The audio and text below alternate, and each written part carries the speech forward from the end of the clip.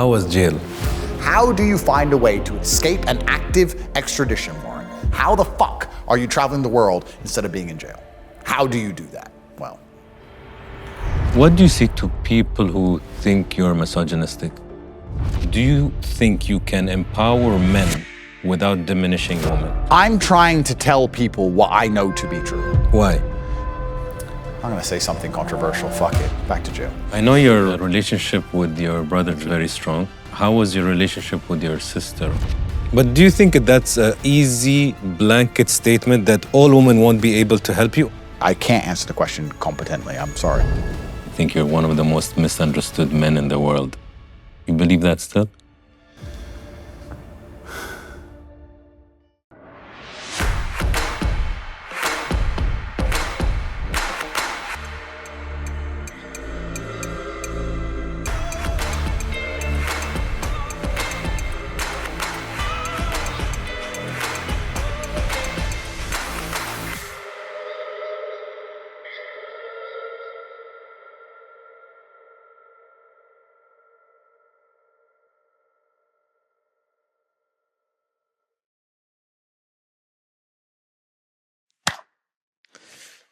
Hey, Andrew. Good to meet you, sir. First time we meet in person. First time. Funnily. Yeah, it's Although been- I'm assuming there are common people we know. Well, we're both in Dubai, right? And Dubai is one of those cities where people know people. Yeah, I say they say there's 6 degrees of separation in the world. I think in Dubai it's 2.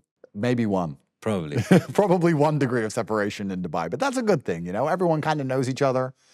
I mean, it can make it a little bit of a rumor mill, but I also think that's part of the cohesion that keeps it together, even in this recent catastrophe that Dubai is supposed to have been suffering from.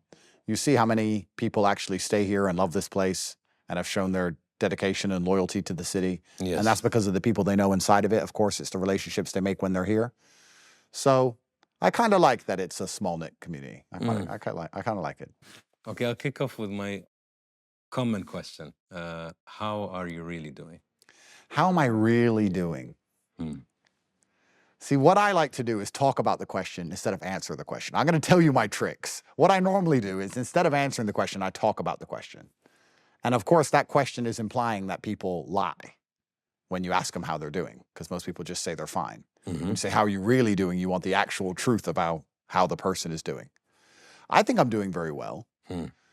I think I am getting everything that needs to be done, which is how I measure my life. I measure my life in brutal competence. If there's X amount of things that must be completed, as long as they're completed, I'm happy, irregardless of how I feel while I'm completing them or how I feel at the end. If I'm sad the entire time or depressed or stressed the entire time, as long as they get done, I'm happy, if that makes sense. I can be happy and stressed at the same time. I can be happy and miserable at the same time. In fact, part of me is happy when I'm miserable. I enjoy being miserable, like a grumpy old man. You know, like the grumpy old man who takes the kid's ball and punctures it because they kicked it over the fence? That's a little bit me. If I have to be in a bad mood to get things done, then I'm happy to do that because I want my things done. So how am I really doing? I guess a lot of people would answer that with quite a emotional, intangible answer. But for me, my answer is very tangible. My empire is succeeding and flourishing. My children are fed. I'm alive and breathing. I have enough money to buy most of the things I want.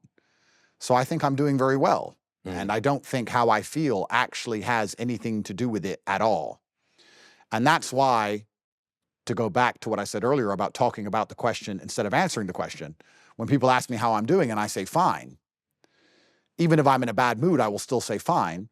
And I think I'm telling the truth because I am doing fine because I'm alive and I'm breathing. Although when most people ask me how I'm doing, I don't say fine. I say, if I walk into a store, in fact, today I walked into Louis Vuitton and they said, how are you, Mr. Tate? And I said, rich and stressed, which is the truth. So I'm quite truthful from the beginning. But how I'm really doing? Well, everyone's eating and I'm alive. So I think I'm doing pretty good. And you know, to elaborate on the question, I don't want to necessarily say people intentionally lie. I think most humans have realized that nobody gives a shit how they're doing when they ask 100%. that question, so they automatically say, I'm fine. 100%. Because they know if they actually sit down and tell you for 10 minutes how they're feeling, you're like, I didn't expect you to actually answer the question. So the person asking the question is not authentic and genuine. Yeah. And humans feel that and they don't want. But if I say, Andrew, how are you really doing? you actually have to take a moment to be like, oh, shit, he actually wants to hear it. That's right. And we're not used to hearing it because a lot of us are autopiloted, right? How are you doing? Fine. You? Good. It's all autopilot, all this small talk, this introductory chat. So you're right. Most people answer because they know people don't care, and people don't care because they have their own problems, their own stress. And there isn't a single person on the planet who doesn't have stress and problems. I actually have this outlandish, crazy theory that basically everybody is the same level of stressed, depressed, and anxious, irregardless of their situation. I would say that the most famous, well-known rich people on the planet, or the people who can barely pay their bills, everyone is feeling the same level of stress, depression, and anxiety. And how people deal with that is the difference in the personalities as opposed to whether they feel it or not. Because there are people out there who sit and believe, if only I had this and this, I wouldn't feel this way anymore. Or this person's life's fantastic, they must not be stressed or anxious. And none of that's true. Because problems are relative. I've caught myself doing this. I'll have a huge gargantuan problem. For example, 25 years in a Romanian jail. And I'll have a huge issue to deal with. And it's all I think about. And it stresses me out. And the second I fix that problem, the next day the gardener doesn't show up. And I'm just as angry about the gardener not showing up as I was about perhaps losing my entire life to Romanian jail. I'm like, why is the grass not cut? I paid this guy early. He asked for money. Now he hasn't turned up. He's drunk. Find me a new gardener. Before you know it, I'm just as mad about a small problem as I was about the big problem because I've solved the big problem. So even if you have a fantastic life, you're always going to have small issues. And I feel like you just make the problems bigger if there's no big problem to fill the space. I think everybody is basically the same level of stressed. Everybody has something they're preoccupied with. Everybody has a degree of anxiety. Everybody has something they're not happy with. Everyone to a degree is slightly depressed about X, Y, Z. And the difference in the personalities are simply the people who complain about it, talk about it all the time, or let it get them down, as opposed to the people who say, okay, well, this is the human condition. This is how life is supposed to be. I'm an adult. And I'm never going to be happy like a child ever again. So this is how I'm going to deal with my life. I'm going to look at all the problems, accept them as serious, and smile anyway. So I don't think anybody is any happier than anyone else, to be honest. And the reason people think there are some people happier than them is simply because they have a better social media editor. They have a better camera. You know, they can capture the right angle and get a good edit. And then they can convince the entire population at home that they're happier than everyone else around them, because that's what social media is. It's an envy tool. The primary objective of social media is to try and convince other people to envy you. And there's some people who are pretty good at it. And there's some fools out there, unfortunately, who believe it. They'll look at somebody on a holiday having the time of their life, and they'll sit there and go, man, I wish I could afford that holiday. But if you could really see that holiday outside of the edits, and you could see all the waiting at the airport, all the lines to get to the tourist attraction, how many times they had to try and take that picture with no one in the background, the time they argued with their boyfriend, their credit card got lost, that if you go through it all, you'd be like, that even doesn't even look fun. One thing I noticed about life, and you probably know about this as well, but especially if you have an online life, having fun and filming yourself or recording yourself having fun are completely different things. Like if I go out in my Bugatti to have fun and then we try and film it, it looks awful. If we try and record me having fun in the Bugatti, it's like, okay, back, forth, no, do it again, no, turn around, do it again. Okay, when you do it this time, window down. Okay, you end up doing it, it's like a Hollywood movie. And by the end, you're having no fun at all to try and get this edit where you're having fun. And that's the lesson for these people you see who are on holiday or doing all these amazing things. If it looks too fun, they've tried too hard to make it look that fun, meaning they've had no fun. And this is man, I see this all the time. You see girls sitting there on their phone, bored. They don't even want to be there, but I guess, you know, their boyfriend's paying their rent, so they have to be. And they're sitting there, and then they get their phone out, they start their Instagram story, and then they just do this again. So the story is them partying, but the reality is they're miserable. But they'll put the act on for the full 6 seconds. And this is why people are caught in these spirals, in these traps of believing people are happier than them and that they're more miserable than others, because everything is comparative. But truthfully, the secret to everyone at home is that everybody is the same. Everybody has the same degree of stress, anxiety, depression, irregardless of their personal circumstances. That's what I truthfully believe. I don't believe anyone's really any happier than anyone else. It's just about having the mental fortitude to say, I don't care whether all these bad things are happening. I'm going to smile anyway. This is the secret to life. Do you think, Andrew, that, you know, on the social media part, I had a guest in New York who said, you know, social media is you displaying your greatest hits. And that's what you do. You choose the best moment out of the concert. You choose the best moment in your Bugatti. You choose, and it's nothing really wrong about that because you're trying to share, I guess, your best moments of a week or a trip. But the challenge is people getting fooled thinking that little moment is your life. Of course. And that's very inaccurate. Absolutely true. But there are some people who don't show their greatest moments. They cry to camera or they try and show their worst, most negative moments. Because unfortunately, social media is a game of trying to trick the algorithm. And to trick the algorithm, you have to get people interested. And to break people out of apathy, they have to see something abnormal. If you sit there and say, it's an average day and I'm enjoying my cereal, no one cares. If you sit here and go, this is the worst day of my life, I'm going to tell you how everything went wrong for me. Maybe they'll care. If they sit and say, this is the best day ever, do I drive my Koenigsegg Jesko, my Pagani Hyura, or my Bugatti Chiron? Which one do I drive top G? They're going to sit there and say, I hate you so much, but they're still going to comment, which is good for the algo. So it's all about trying to trick these algorithms. And this is the matrix now. This is the matrix we live in because the algorithms control everybody. The algorithms control everybody's behavior. The algorithm controls how people reply to certain things. The algorithm controls what you see. It controls what you think. Most people's brains are one-shot fried by the algo. You have people who are depressed because they're in a depression spiral of constantly seeing people outperform them. You have women who are depressed because they're not happy with their boyfriend because they've seen girls with boyfriends who get G-Wagons full of roses and private jet flights, and their boyfriend can't afford it. And they sit there and go, why does this girl deserve all of these things when I don't have these things? Well, the truth is because she's a prostitute. That's why. But they don't say that. So you're sitting there being envious of a prostitute, a life you wouldn't even really want if you knew the truth of it. So the algo is the matrix now, and it's got everybody going down these rabbit holes, whether it's highlight reels of people's lives or there are other people who they put something up which is negative. They show sadness. They show that they're depressed. They cry, and they get more attention than they've ever had. So what does that do to the human mind? If I show that my life is terrible, I get more attention, more recognition, more validation than I've ever had at any point in my life. Well, let me do that again. Let me just not, the next day I'm not going to say it's fine. You're going to do that again, and that becomes your entire personality. The algorithms are controlling everybody. And that's the matrix. This is here we are because society, by and large, I mean, even me now, I go on Twitter, I can't tell what's real and what's fake anymore. It's impossible to even tell what's real and what's fake. You can't tell who's real. You can't tell who's fake. All of this is completely organized to push people in certain directions. And if you want to truly be yourself now, you have to get to the point where you just unplug. Social media used to be about showing your real life and trying to be a real person and being able to achieve validation globally for doing that. But I don't think that's the case anymore. I think the only way you can be a real person now is to turn that crap off because these algos are so smart at pushing people in certain directions, and nobody who's watching this at home can be honest and say that they're immune to it. Nobody's immune to it. They decide what we care about. Like what's you're shown on the algo is what you're going to be obsessed with. All the news cycles that we have thought we'd never forget. The Epstein files was the biggest deal in the world 6 days ago.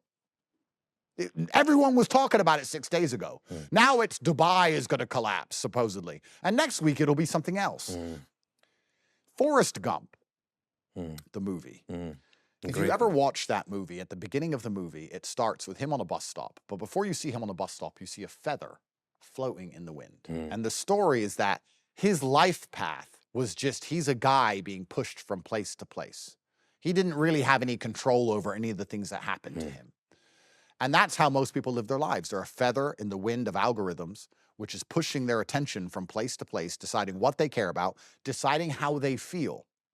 Imagine waking up in your house with your wife or your husband or whoever and your child, and you've got your job, you've got your savings, you've got your hobbies, you play paddle, you do whatever, you got your entire life, and you wake up and you open your phone. The first video you see can decide whether you have a good day or a bad day. Think about that. You could be on the bus or the tram or in your Mercedes or in your fucking Pagani, whatever, on your way to work, and you can see a video of someone who had something terrible happen to them that makes you feel grateful for your life. You could see a couple in love that makes you feel grateful for your partner. Or you could see some prostitute on a yacht who's partying and you're sitting in traffic. And now your day is ruined. The algorithm has controlled how you view your own life. And these people still believe they're sentient. And this is the world we now live in. The algorithm decides who's liked, who's hated, who tells the truth, who lies. This is the reality of everything. So, you know, going back to your earlier question, how are you really feeling? Well, I think that's not up to people anymore. I don't think people decide how they really feel anymore. I think the Instagram and TikTok algorithm decides how people feel now. And that's what's scary, because who knows how these things work? Who elected these people? Who's in charge of these things? What money pools are behind these things? So it's a scary world. And I guess perhaps part of my detachment from my emotion, part of me saying, I'm going to do X things. I have certain objectives I'm going to complete, irregardless of how I feel. If I'm monumentally depressed and suicidal, or in the best mood I've ever been in, it's going to change absolutely nothing about my performance. These things are going to be done, and they're going to be done to the best of my ability, irregardless. I think the reason I've done that and detached myself from my emotions is to reduce the power algorithms have over me. If you piss me off, I still do the same things as I do if I was happy. If you make me happy, I do the same things I do if I was pissed off. So you can't beat me. You can't control me, because all you can do is influence my emotions, and my emotions don't control me. You have to detach from your human side to a degree. You have to pre-decide, these are what the things I'm going to do. Here's how I'm going to conduct myself. These are the way I'm going to act. These are the things that will be done. And when all of those are done, I am fine. How am I really doing? My things were done. The algorithm tried to upset me. It tried really hard. It tried to piss me off. But even if it succeeded, I did the same things. If I asked you, who are you, Andrew? I am the son of my father. Hmm.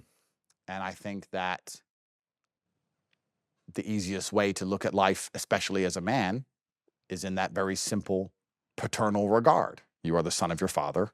You carry your father's last name. You are here to represent him into eternity.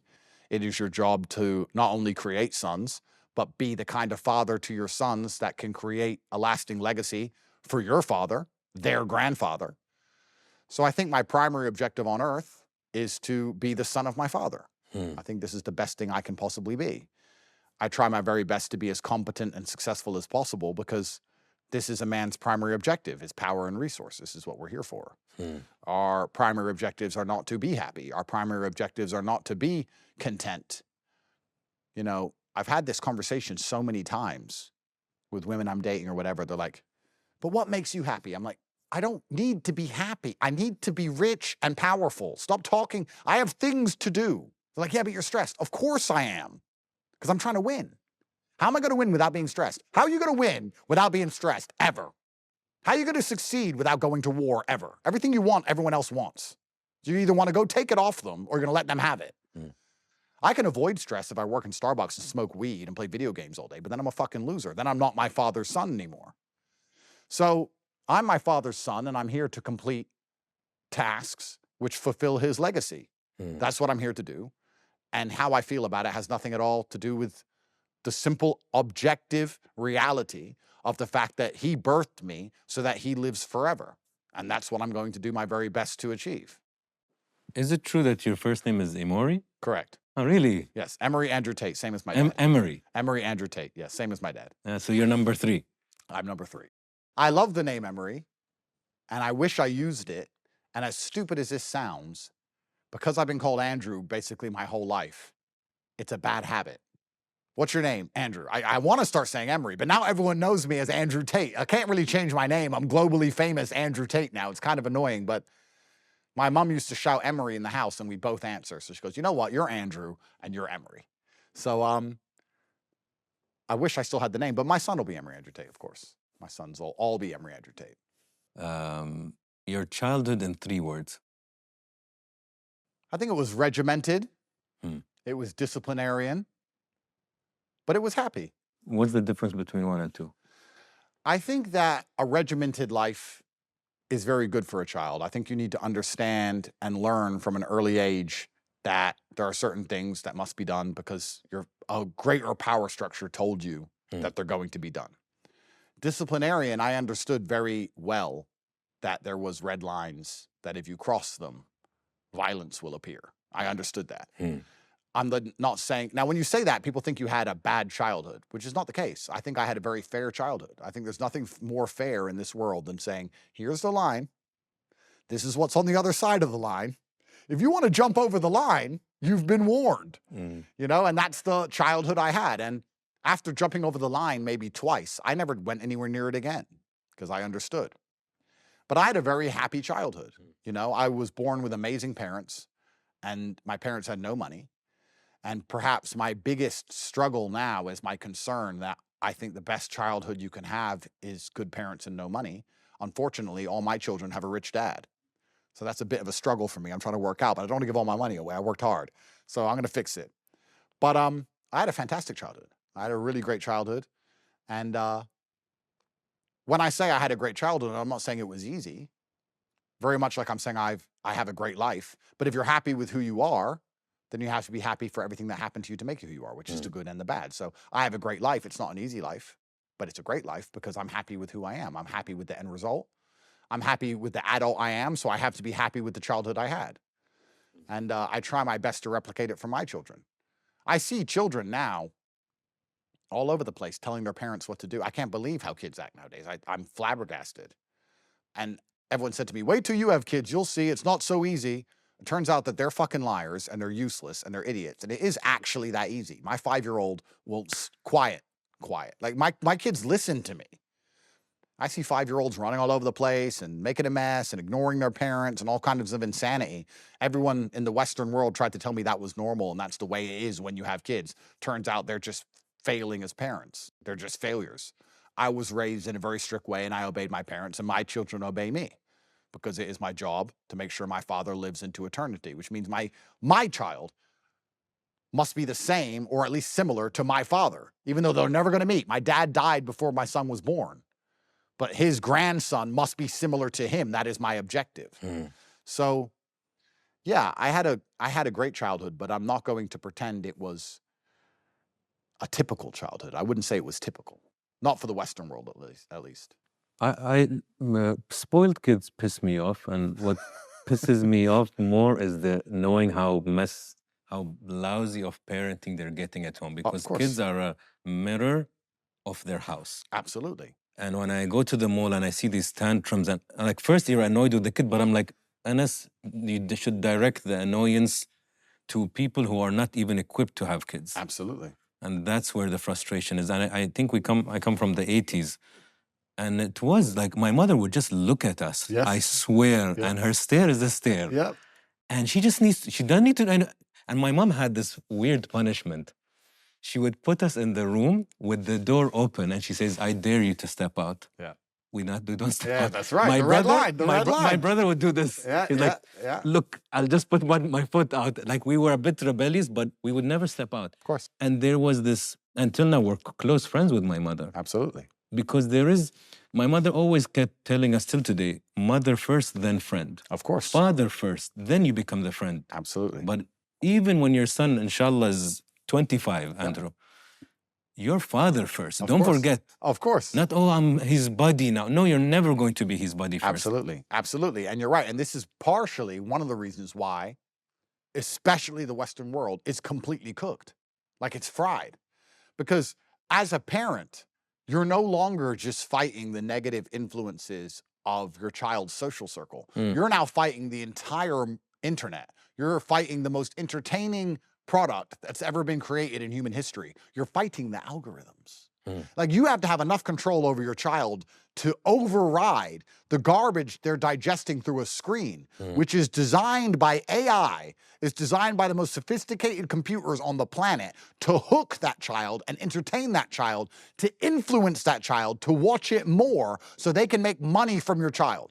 Your child is going down a rabbit hole and you have to try your very best to drag them out of it. If you have no control over your child's psyche, if you can't say, put the iPad down because I said so. Why? There is no why. I'm dad.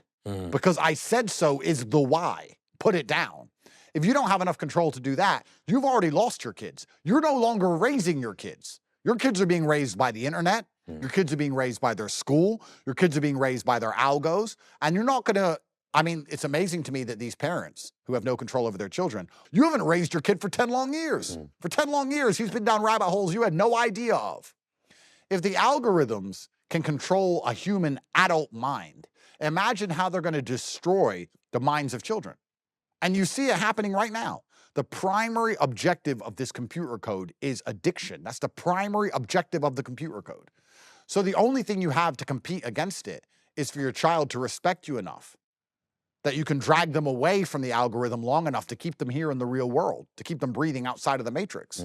But yeah, this is why all these kids act this way. This is why they act so insane, because their parents aren't raising them. They're being raised by garbage television, garbage on YouTube, garbage internet, garbage TikTok. The kid's not even yours. Why are you having a child that's going to end up nothing like you? My son's going to be like me, whether he wants to or not. People say, what if he doesn't want to? He will want to, because he's my son. He's not allowed to say, but this YouTube video convinced me to do X, Y, Z. I don't care. Otherwise, we're going to have a big problem. Would he be a better Andrew, or you want him to be like you? Well, I want him to be the better version of me, of course. Of course, I want him to be the better version of me, but I want everybody to one day see someone on the internet and go, that's Andrew Tate's son. What's his name? Before they even know his name, that's Andrew Tate's son. Wait a second, I've seen this before. That's the primary objective. People are out here having children. In fact, no one's having kids, but the few people who are having kids aren't even doing it to replicate themselves or better themselves. I don't know what their motivations are, but I can't think of any motivation. Why am I going to produce organic biological matter? Why am I going to go to work to find money to pay for that matter? Why am I going to keep it alive for it to have a completely different mental imprint and be somebody else's child? It's my kid, and he'll think like me. And to do that, I have to fight all the other forms of influence which are there trying to control his mind. And it's primarily algorithms. You know, the entire world, and I say this often, and I feel like it's misunderstood. I've said it a few times before, but I'm going to say it again. When you look at motivations for nearly anything on the planet, there's money, there's power, but both of these are actually forms of influence. The entire world is a battle for influence. That's all the world is. And you as an individual have X amount of influence over your wife, over your children, over your coworkers, over your friends, X, Y, Z, whatever. But you are in constant battle, at constant war with the other forms of influence that exist out there. And some of those forms of influence are genuinely destructive and want you dead. And you have to keep that in mind. So people say, Andrew, you know, why do you work so much when you already have enough money? Or why do you need to do podcasts late at night? You could go to sleep. I'm like, no, there are groups, there are shadow cabals of influence which want me in the ground dead. And it is my job to live for as long as possible. So to do that, I need to be as influential as possible. Even if you're a man at home and you're watching this, you don't have to be famous, but you need to be influential in your household. You need to be able to come home to your house and have influence over that house. If you have no influence over that house, who's controlling it? If it's not you, it's someone else. Does the other person controlling your house have the same vested interest in the well-being of your family that you do? Because I would argue they probably don't. They probably want to extract from your family. They probably want to just get them watching adverts so they can take as much money as possible and get them addicted to garbage. They want to make them drug addicts, dopamine addicts, sitting there scrolling all day. So the entire world is an influence battle. It's never ending. It's never going to go away. Even the hot wars, even the kinetic wars we're experiencing now are simply a battle for influence. It's a battle for influence in the Middle East. It's a battle for influence anywhere. And, you know, if you get large and influential enough, sometimes, and I can talk from personal experience, you get to peek behind the curtain and see these other influential groups that you're fighting against. You know, if you're a fish in a fishbowl and you don't ever really push to the limits of your freedom, you don't feel the fishbowl because it's glass. And you can see through it, and you think you're living in the ocean, and you swim around a little bit. But if you swim far enough, eventually you get to like a glass wall. And you're like, wait, so I am trapped. There is something here. And I've seen what the glass walls are. Somebody told me, one of my guests, he said, you know that children today are mostly orphans? And I'm like, what do you mean? He's like, if you live in a household with absent parents and you're being brought up by an iPad or a nanny, you're an orphan. Facts. And I'm like, yeah, I never thought of it, but it's such a convenient thing to, you know, just give your child to something else. And then, you know, because it's convenient and easy. You see, they want to shut up a child, go to a restaurant, iPad in front of them. Of course. For 90 minutes. Yep. I'm like, what are you doing? Like, don't have a kid then. That's right. If you can't give that time. Of course. And the reason they're doing it, and the reason they can't even the parents who know it's wrong still do it, it's because they themselves can't put the iPad away. They're no better. Humans are just as, you know, most adults are just as stuck. And I'm not going to sit here and pretend I'm a saint. I'll openly admit I have a phone addiction. And I think any adult who's telling the truth will say the same thing. You can't say you don't have a phone addiction. We all have phone addictions. They're addictive things. Well, all the world's information on the planet in my pocket, and I'm sitting here on a bus stop or whatever. Of course it's entertaining. And I know I have a phone addiction because when I was in jail for the first week, I kept reaching for a phone I don't even have. I'd be sitting in jail going, I'm in jail. That's a phone addiction. When you're reaching for a physical object you don't even have, when you're walking in sweatpants and you feel it in your pocket and it isn't there, that's an addiction, bro. So like we've all got phone addictions. Of course we have. But the best thing you can do at least is to be aware of your addiction, at least be conscious of it. I often rearrange my apps because I'll catch myself like, I'll go to Signal and I'll go to WhatsApp and I'll go to Telegram or Back whatever. to Signal. And back to Signal and then check Twitter. And my thumb moves so automatically. I'm like, you know what? Let me just bingo this. Let me just change it all. Let's play Scrabble. And I'll move it all over so that I catch myself clicking on the calendar or some random bullshit app. And I'll be like, see, I clicked on something. I'm just so used to just clicking on that crap that I'm just clicking on anything now. So when I rearrange them once a week, it helps me a little bit. But I'm no better than anyone else. We've all got phone addictions and we need a phone and we have important things on our phone. Like I wake up in the morning, it takes me 2 hours to clear my phone. By the time I go to sleep, when I wake up at 9 a.m., when I'm in the gym, it takes 2 hours in between sets to get through all of my WhatsApps, all my Signal, all my Telegram, all my emails, 2 hours to get to zero before my day begins. And I can't sit and pretend I don't need to do those things. So of course I'm addicted to my phone because I need to do those things. I'm running a large empire. I need to make my money. And everybody at home is the same. You have your own problems, your own life. You've got your 10 wives, whatever. You've got stuff to do. I get it. But to be better than the rest, at least you can admit and be cognitive of the fact that you have one. At least be conscious of the fact that you have one. You know, so much of life is not about being the fastest runner. It's just about being faster than the slowest guy. You know, we're all being chased by a lion. You haven't got to be the fastest. You just got to be faster than the slowest guy. Slowest guy's going to get eaten. The lion's going to get the first guy it can, and it's going to eat. You haven't got to be the fastest at the front. You could be somewhere in the middle, right? So we've all got phone addictions, fine. But you're going to do so much better than everybody else if you sit there and go, you know what? We've all got phone addictions, but I accept I have a phone addiction. I'm now going to be aware of my phone addiction. I'm going to catch myself doom scrolling. I'm going to catch myself wasting time. I'm going to rearrange my apps. You know what? Actually, how many times has my algorithm decided my mood for me this week? You know what? How many of my opinions come directly from things I've been shown by an algorithm which is designed to control me? Let me be conscious of these things. I'm not even going to change them. I'm just going to be the guy who knows it's happening. And then you have an advantage over the number of people, because there are a whole big group of people who don't even know this is happening to them. They're being programmed completely unaware. And they're the ones who are going to get eaten by the lion first. Because when the next big catastrophe comes, the next COVID, whatever it is, when those people hook, line, and sinker believe it, even if you still believe it, you'll sit there and go, I believe it, yeah, but I believe it because they've made me believe it. So is it actually true? I mean, I've seen the videos, but why did they all pop up now? Like, why are they showing me all these things? You know, here's a life hack that I give everyone at home. This is a genuine life hack. If you want to see the Matrix is real. Have you ever heard people complain that if you talk around a phone, you start seeing adverts for the thing that you talked about? And people start saying, hey, I was talking about jelly babies or jelly beans, and then I open my phone, I start seeing adverts for jelly beans, my phone's spying on me. First things first, fucking no shit, Sherlock. Of course it is, idiot. I mean, of course it is. You press a button, and then it can listen to everything you say and transcribe it perfectly. And you think that it only does that when you press the button? You think it's not listening to you all of the time? Of course it is. You can't even turn it off. You know what happens when you turn it off? You dim the screen. It's still on and is listening to everything you say all the time, whether it's hey Siri or not. Even worse, forget press the button. You press the button, it listens to everything you say. You haven't even got to press the button. You've got to say, hey Siri, and then it starts listening. So how does it know you said, hey Siri, unless it was already listening to everything you've ever said? And now we all know that it's transcribing that and using AI to work out how it can sell you things or put you in jail, one of the two. So one of my life hacks is like, I'm okay, this is what's happening. Everyone's complaining about it. I have a fantastic life hack. I just use it really conveniently.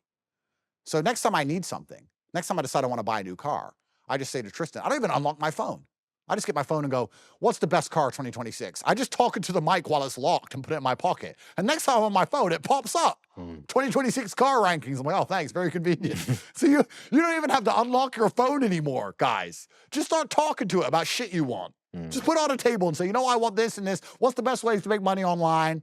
You know, what's the best ways to work out? How do I get in shape? How to lose belly fat in 6 weeks? Just talk out loud to your phone. It'll give you everything you want. You can't escape these things. This is the matrix. This is where we are. And what's actually scary is the future when Neuralink and all these things come. That stuff scares me. Because when they start broadcasting adverts directly into your child's brain, I mean, yeah, I can tell my kid to shut up. And I can tell my kid to be quiet. I can tell my kid to sit down. I can do that. But can I really compete with a Neuralink directly into his mind? You know, then it's over. And the simple answer is don't get the Neuralink. But of course, very much like don't get a phone, for a certain amount of time that's possible until you become uncompetitive. How do you run a business without a mobile phone? You're going to lose to the guy who does have a mobile phone.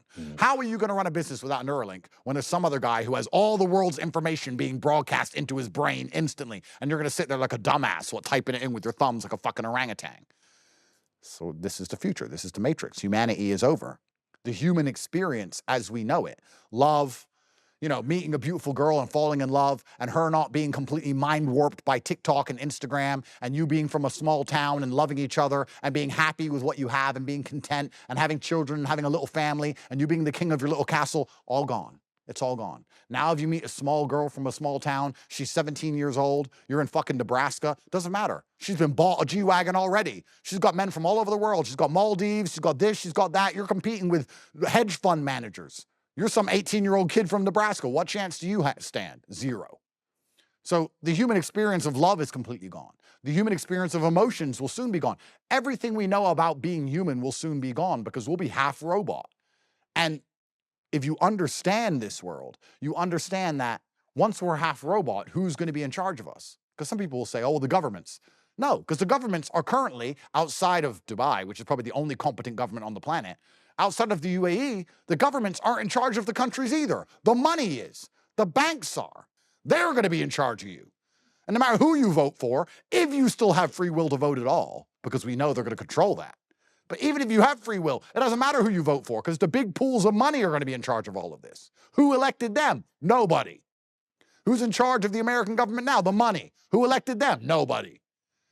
Here's where we're going. Being human is over. This is the last generation of humanity where you can sit and go, I'm a human being, and I feel certain things. I do certain things because I'm human, you know? And perhaps this is one of the reasons why I can take my emotions at face value and not let them consume me. Because if I ever do feel sad or depressed, I sit and go, wow, isn't that beautiful? Because I'm human. You know, the future is a scary place. And we're not that far away. We may even see some of this stuff in our lifetime, sir. So I guess the white pill of all of this is that if you're watching this, next time you feel sad or you feel depressed, you should enjoy that emotion. You should sit and go, you know what, this is what being human is all about, to feel this way.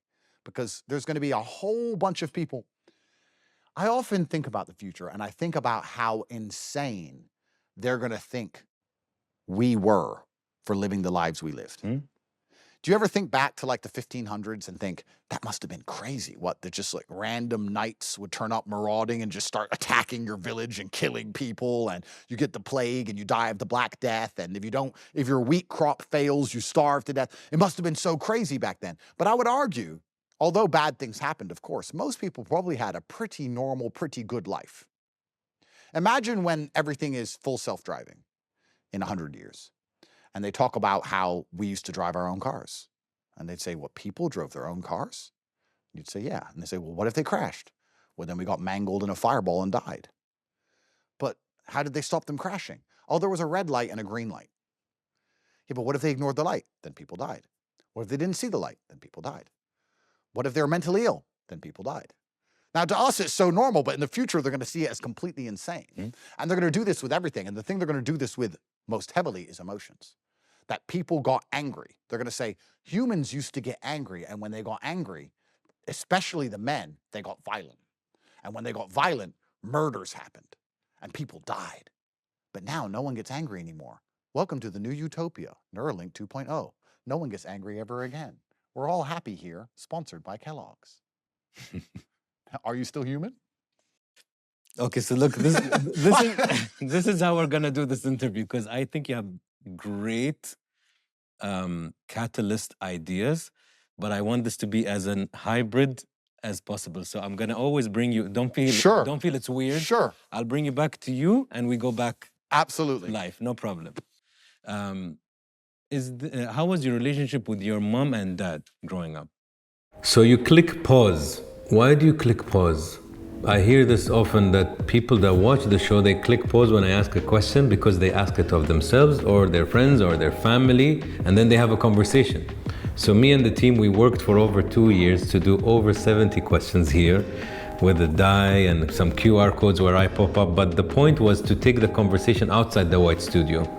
You know, we're blessed to have these conversations, but what if we want these conversations to go to different homes and different friend groups and colleague groups and really have intimate, deep, strong conversations that maybe you've never had before? So that's why we created this game, and it's had very good feedback. People love it, and I hope you love it too. Try it out and let us know. The website is there, the link is in the caption. Enjoy it and let us know. My mother's primary objective was to keep me alive, which was to feed me, bathe me, put me to bed, normal things, run the house. And my dad's objective was to teach me about the world and imprint his mindset upon me. So they had very specific jobs. And I think I had a fantastic relationship with both of them. I think I had the best parents on the planet, truthfully. My mom was very good at her job. My dad was very good at his job, but the jobs were very distinct. You know what was crazy? I read that your dad was a genius chess player. Yes. Like some of the top people talked about him. Yes. Like if he went ever just that, he would have been. Yeah, he was an amazing chess player. And chess was a different game back then than it is now, because now computers have ruined it.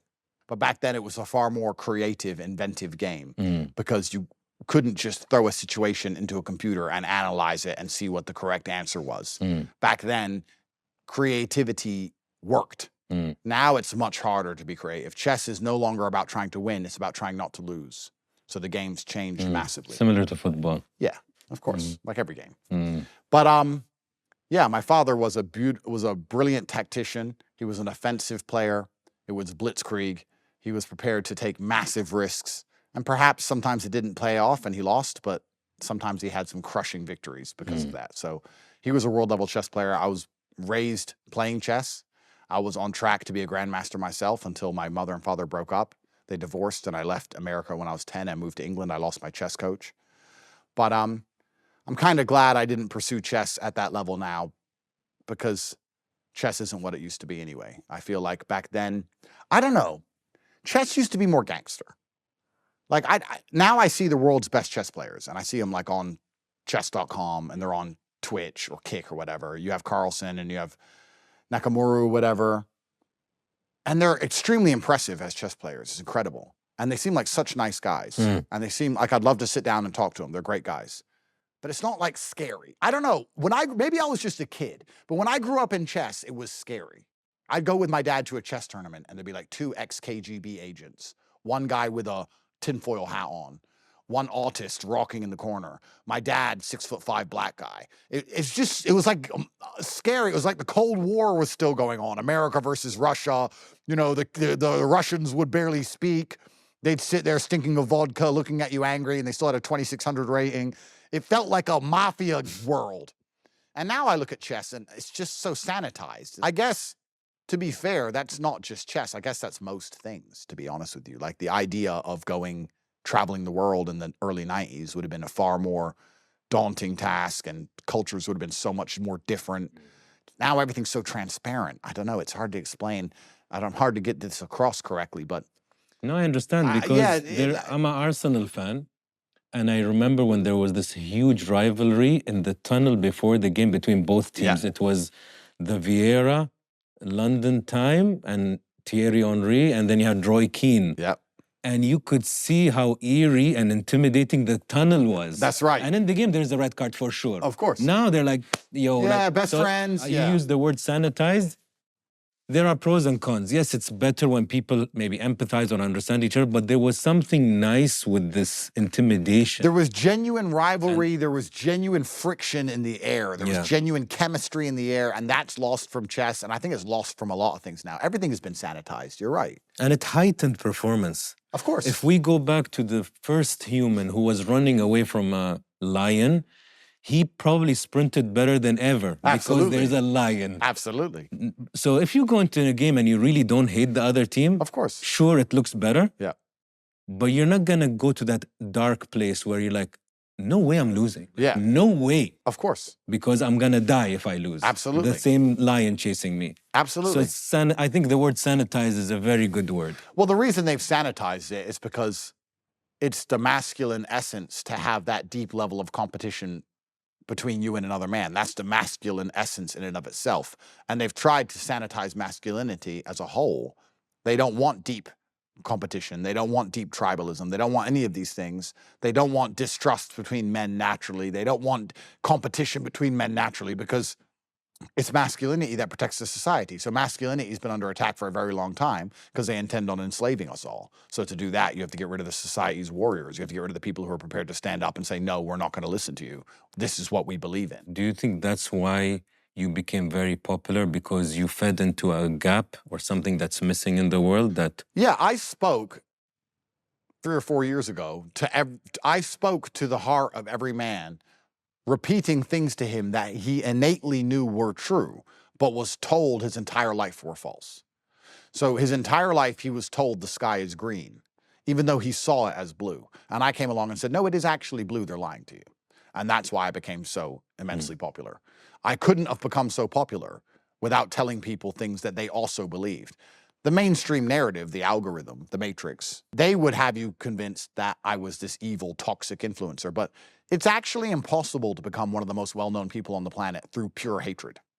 You can't go out in the world and just be an evil, mean person and become the most well-known person on the planet. That's not how the world works. People have to have an affinity to you. They have to agree with what you're saying to a degree. They have to amplify you. There has to be a conversation around you. Sure, some people are going to disagree, but if everyone disagrees, there's no tornado. You need the positive and the negative. You need the hot and the cold air. You need the yin and the yang. So a whole bunch of people were agreeing with what I was saying. And I was just saying the things that every man at home knows innately to be true. And that's why they were like, wow, someone finally said it. I always felt this way, but I was told I was wrong. And then someone's finally said it now. So maybe I'm not wrong. And masculinity is what the system fears most heavily. Think about what we were just talking about. The system, not politics, because the system is not politics. Politicians are there to take the blame. The system is money. The money is behind the AI. The AI is behind the algos. The algos control your kids. Who, of all the children that exist in the world, whose children will they struggle to control? The masculine father's children or the weak father's children? So it's masculinity which is their enemy. What did I say earlier? Everything in the world is a battle for influence. Masculinity in and of itself is influence. If you're a masculine man, you have influence over your domain. You have influence over your company, over your wife, over your children. That's why all the people who are trying to brainwash us and psyop us see masculinity in and of itself as an opponent. They're like, wait a second. Masculinity is influential. If a bunch of men believe a certain thing and they're masculine men, they'll fight for it. Well, that's a problem, because we don't want them to believe anything besides the things we tell them to believe. So let's just attack masculinity by and large. We don't have to go through and try and decipher and dismantle every single belief that masculine men have. We can just disarm all the men. Then it doesn't matter what they believe. Like, what is even masculine left anymore? What do we have? We live, one of the reasons I moved to the UAE is because it's not this way, but the Western worlds are a gynocracy. But this is all done on purpose. None of this is an accident. It's all battles for influence. It always has been, always will be. It's just pools of money and battles for influence. In my household, to go back to the question, because I want to make it easier for you. In my household, my mother was in charge of feeding me and keeping me alive and putting me to bed, yes. But the influence in the house was Dad. Dad said this. It may as well have been God from the clouds spoke when my dad spoke. That's how it ran in my house. That's how it's always run. But that's not the world that children are growing up in anymore. Is there a trait in your dad that you wish you could have changed? My dad's genius was also his flaws. Mm. There's no light without dark. I know that even me as a person, if I self-analyze, I have a whole bunch of negative characteristics which are spun off the back of my massively positive characteristics. There's no such thing as a free lunch. You don't get anything for free. So my dad's genius, as impressive and as amazing as that was, did come with some huge downsides from a personality perspective. But to change the downsides would have taken away his genius. So there's no such thing as a free lunch, you know? And I think that's also another source of a huge pool of human unhappiness, is this belief that you can achieve or have a certain thing without the exact opposite of it being also inflicted upon you. I say this all the time. You know, my girlfriend will say to me, she'll say, I love you so much. Duh, of course, top G. But you're always so busy, and you always have all these girls around you. Because I'm me. You love me because I'm me, and I'm busy because I'm me, and the girls are there because I'm me. Yeah, but can't you not be busy and not have the girls around you and still be you? No. I mean, let me tell you a horror story. This is a horror story. Imagine this. This morning, I woke up, I went downstairs, and my Pagani wouldn't start. Heartbreaking. I had to drive my Bugatti. Horror story. I know. I hope no one has to suffer with this terrible life that I live. My Pagani wouldn't start. Now, if I want a car that starts every time, I can buy a Toyota, but it's not Pagani. I can't say I want a Pagani that starts all the time like a Toyota. If I start saying those things, I'm a retard. That's not how the world works. You have to choose. You have to make a choice. You have to decide. There are a certain amount of good things that come with this person, but every single one of those good things will have an attached negative that you cannot remove from the equation. So I can't have taken away any of my dad's negatives without removing the positives. And I think that those positives were so important for shaping me that I'm glad he was exactly the man he was. I wouldn't have changed a thing. I know your relationship with your brother Tristan is very strong.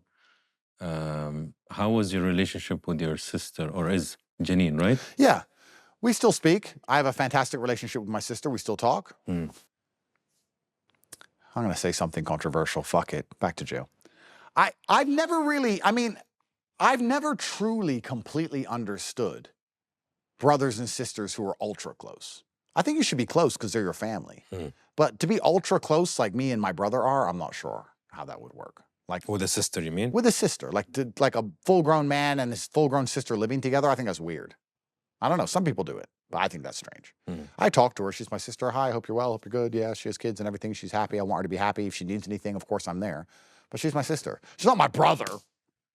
You know? And I'm not even saying I love them differently. I'm just saying the relationship's completely different, you know? Because your brother is your brother. You can live with your brother. You can go places with your brother. You can do the same things. You got the same interests. If you have a problem, you can approach it together.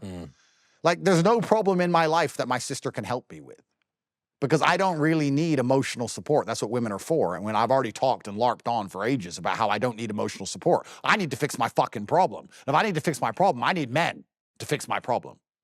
You know, I don't need someone to say it's going to be okay. I don't need to hear that crap because it's only going to be okay if I fix it. So I don't need to hear the emotional side. So if I have a problem, I don't call women. Not just my sister, my mom, my girlfriend, anyone. I don't call women. Oh, hi, I've got a problem, dear. Hi, wife, I've got a problem. It's going to be okay. What the fuck is this doing? T, this guy's trying to kill us again. Let's kill him first. Like, problem solving. But do you think that's a easy blanket statement that all women, in your point, all women won't be able to help you, or there are certain women that will be able to help you there? It's absolutely a generalization. I'm generalizing. Yeah. But by and large, if you have a very difficult, stressful life, I think that 99% of the times, if you get to call one friend to help you with 99% of your problems outside of emotionality, as a man, you'll call a man. If your car breaks down halfway to Oman, you're going to call a man, most likely. If you get kidnapped, you're going to call a man, most likely. If your business is failing, you'll probably call a man, most likely. If you want to borrow money, you're probably going to call a man. Like, it's all going to be a man most of the time. Women are there for emotional support. Now, I'm not saying that makes them, I'm not saying that's not an important thing. I'm just saying I don't often need that thing. There are some times you need it. I say these things and people think I'm hating on women. I'm not saying that. I'm saying they have a superpower and they're very good at specific things, and men are very good at other specific things. You just have to decide as an adult. If a problem comes your way, do you want to feel better about the problem? If you want to feel better about the problem, call a woman. If you want to fix the problem, call a man. They're different things. Perhaps call a man, fix it, then call a woman and feel better, and then you get both. You know? I'm not trying to be anti-female. I'm just trying to explain that my relationship with my brother is linked in so many things, like work, problem solving, we went to jail together, court, me and my sister don't have any of these links. You know, she can't help me with these things. What do you say to people who think you're misogynistic? And I want to make a little point here. Sure. Before we continue, because I feel there are certain terminologies on the internet that are very loosely used. For example, misogyny, if you go to the Greek background, it's hating women as a group. So it's a human who just doesn't like women as a whole. There's very different about chauvinist or sexist or misogynist. And I think people don't distinguish and they just throw these labels or trauma or trigger. Like we use such terminology so loosely. So I wanted to put a bit of context before. Okay, so firstly, you're absolutely correct.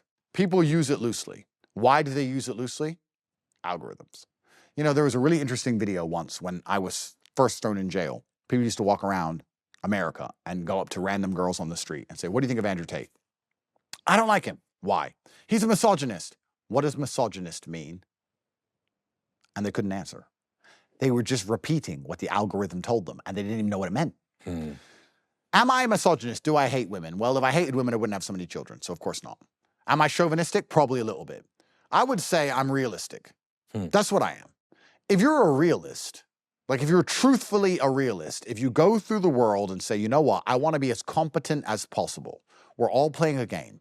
It's a game that I didn't want to play. It's a game that I was born into, and it's a game I cannot opt out of. It doesn't matter if I move to the deserts of Sudan, I'm going to need money. I'm playing an economic game. I'm playing an influence game. I'm playing a power game and a status game. I'm forced to play it. And I want to be as good at it as possible. So to do that, I need to learn the rules as well as possible. A grandmaster and an amateur move the pieces in the same way. The grandmaster just understands the game better. So for me to be a grandmaster of life, I need to understand the game. To do that, you need to be as realistic as possible when it comes to pattern recognition. And if you're as realistic as possible, if you're truthfully a realist, you will hold some views which are chauvinistic, and you will hold some views that are racist, and you will hold some views that are homophobic. You're gonna hold those views if you're a realist. I will drop my 5-year-old daughter off to a daycare filled with women. Would you drop your 5-year-old daughter off to a daycare run exclusively by men? Do you hate men? Are you a misandrist? No, you're a realist. Pattern recognition. You've been through life enough and you're experienced enough to go, you know what? I sense something, this isn't right. I don't like this. You don't hate men. It's not about hating them. It's just about pattern recognition. So now let me use another example, and I'll say this again. In my personal experiences, I've seen women, when something unexpected happens on the road, panic and crash the car. And I've seen men, when something unexpected happens on the road, stay calm, swerve, remain in control of the car, and not crash. Therefore, if I'm going to take a perilous journey or drive a car really fast, I trust the man to drive more than I trust the woman to drive. Now, do I hate women? Do I want women in concentration camps? Or am I just realistic? Because I've seen enough to know that when women are driving and they're having fun and something happens and they panic, they crash, and a man, I've seen them do amazing things because they think quicker. I'm not saying that women are bad. I'm not saying I hate women.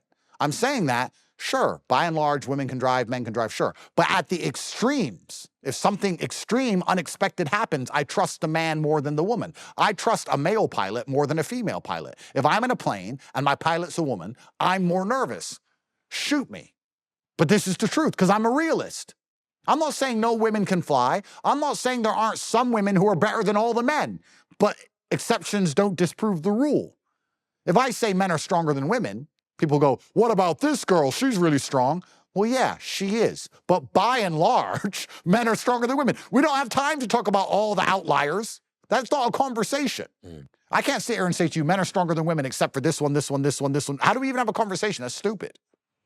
By and large, I have certain views which I've evolved over time from personal experience, which make me all of the bad words. I'm homophobic with certain of my views. It's true. I'm racist with some of my views. It's true. I'm chauvinistic with some of my views, it's true, but I'm just trying to be as realistic as possible. The number one objective of the Matrix primarily is to destroy your ability to recognize patterns. That's what they want you to do. Humans evolved to recognize patterns.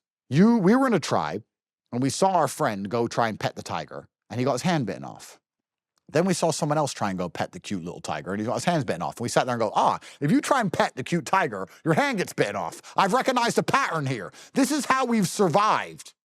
They want you to ignore pattern recognition so they can control you. This is what they want to do. COVID was the perfect example of this. They want you to ignore your own eyes. I didn't believe in COVID, and I didn't get the vaccine because I walked around outside and I was like, everything looks fine, so whatever. Here, right now, if you go on Telegram and you watch the news, you'll be terrified. If you go outside, are you scared? You see a drone? You see a missile?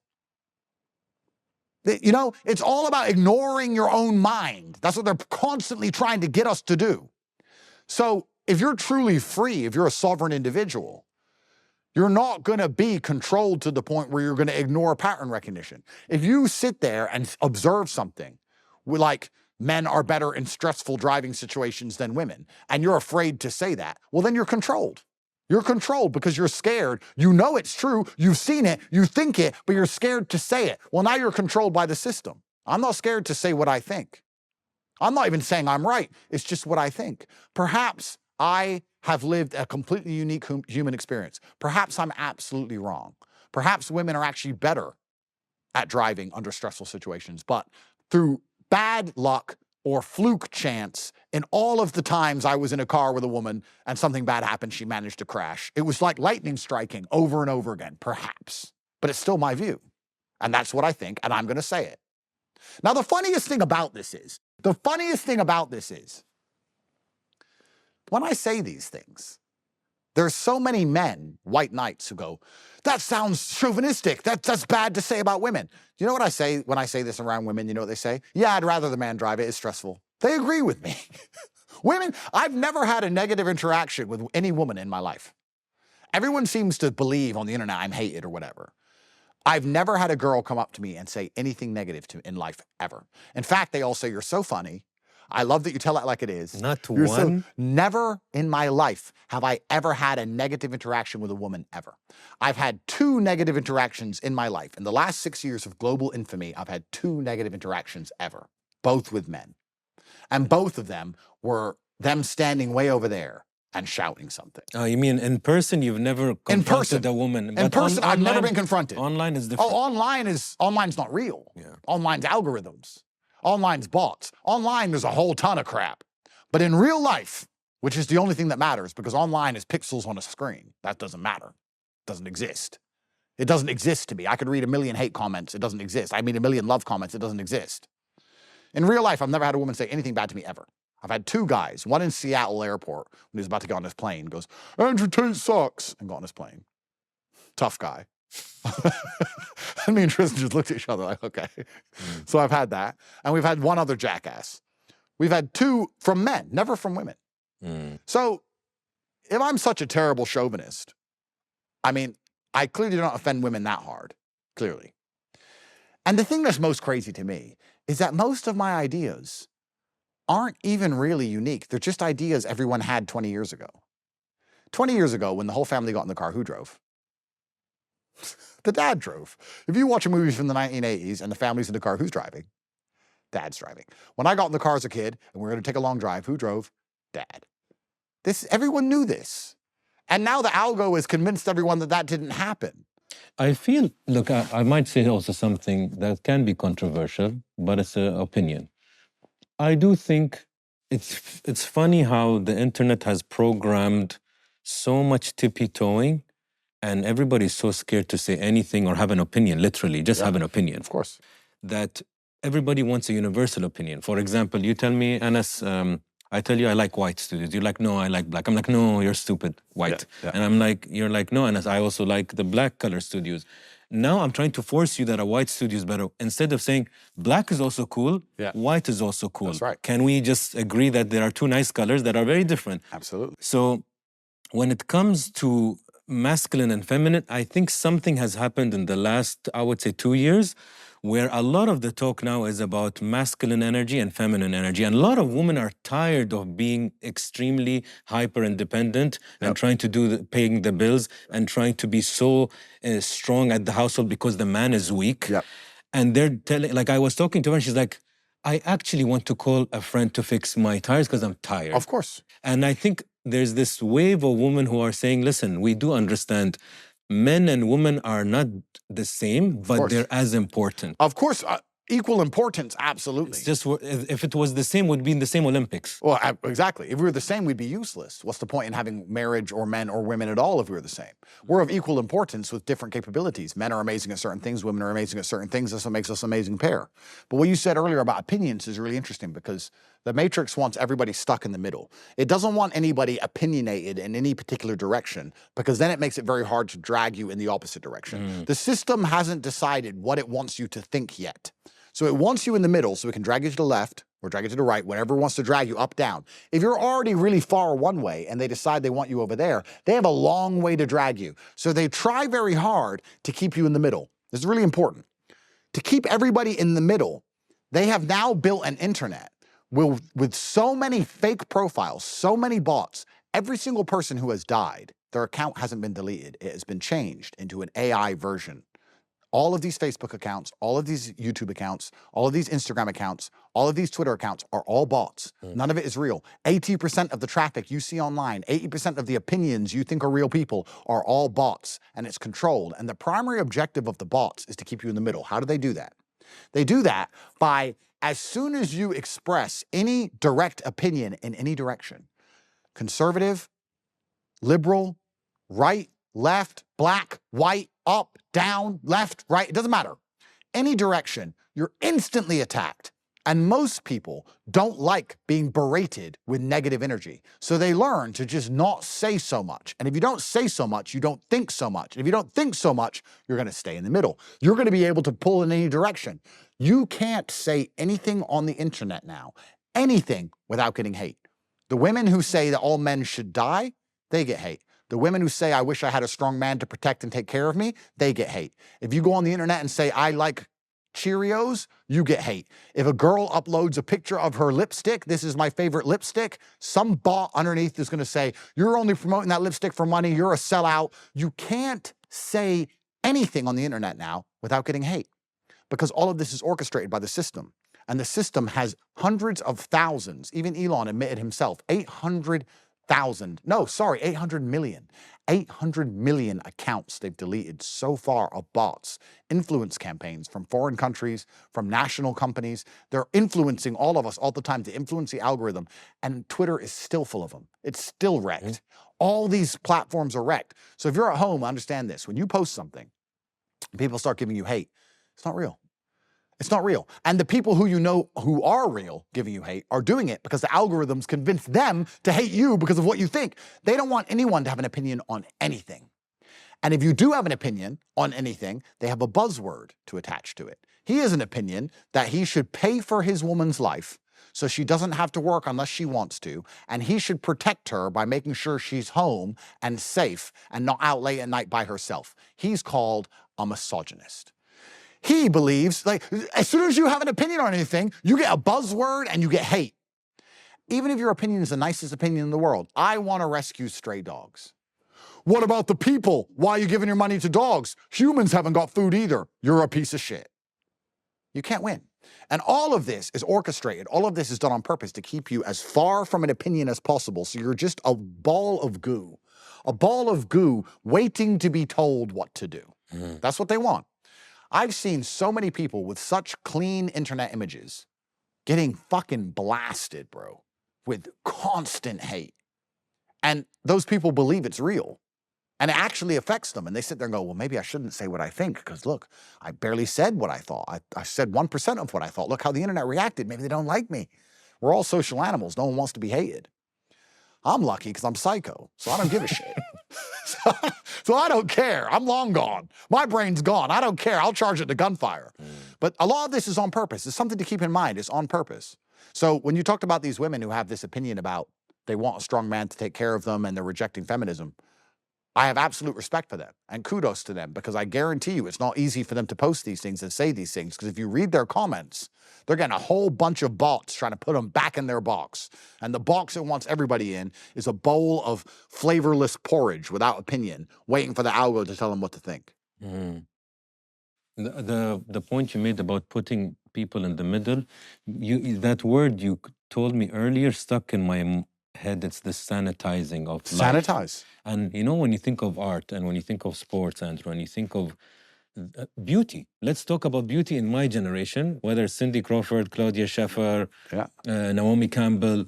It was so diverse.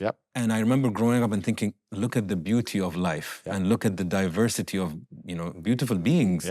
But then today, centralized. Of course. You have to have this kind of body, this kind of face, this kind of lips, this kind of, and it's making, I always wonder, I don't have a daughter, but I was always afraid, like if I have a daughter and she's 12 or 14, and she goes online and everybody's airbrushed and everybody is fake and curvy and whatever, and she's flat or a big nose or a big, whatever. And one person goes, how ugly, look at your stupid ears. Now I have a daughter that I've been pushing on confidence and self-esteem. She has 30 people, 20 in her school that said, what an ugly little bitch you are. And I'm expecting my daughter to say, Dad, I'm so comfortable in my own skin. Of course. Would you say you're obsessed with The Matrix? I wouldn't say I'm obsessed with it. I just find it, I'm trying to tell people what I know to be true. Why? Because I think that's why anyone talks, isn't it? And this is a genuine question. When you speak to people in a social setting, you're talking about things you know, don't you? Or you're asking questions about things you don't perhaps know. And I think those are the only two things to do, is to ask questions or say what you know. I'm saying what I know, not because I'm a philanthropist, not because, being honest, not because I'm out here to save the world. I'm not going to pretend I'm a superhero, because I'm not. Not because I care so much about humanity that I want people to, it's really none of those things. I just know it's true. And I find it interesting to talk about.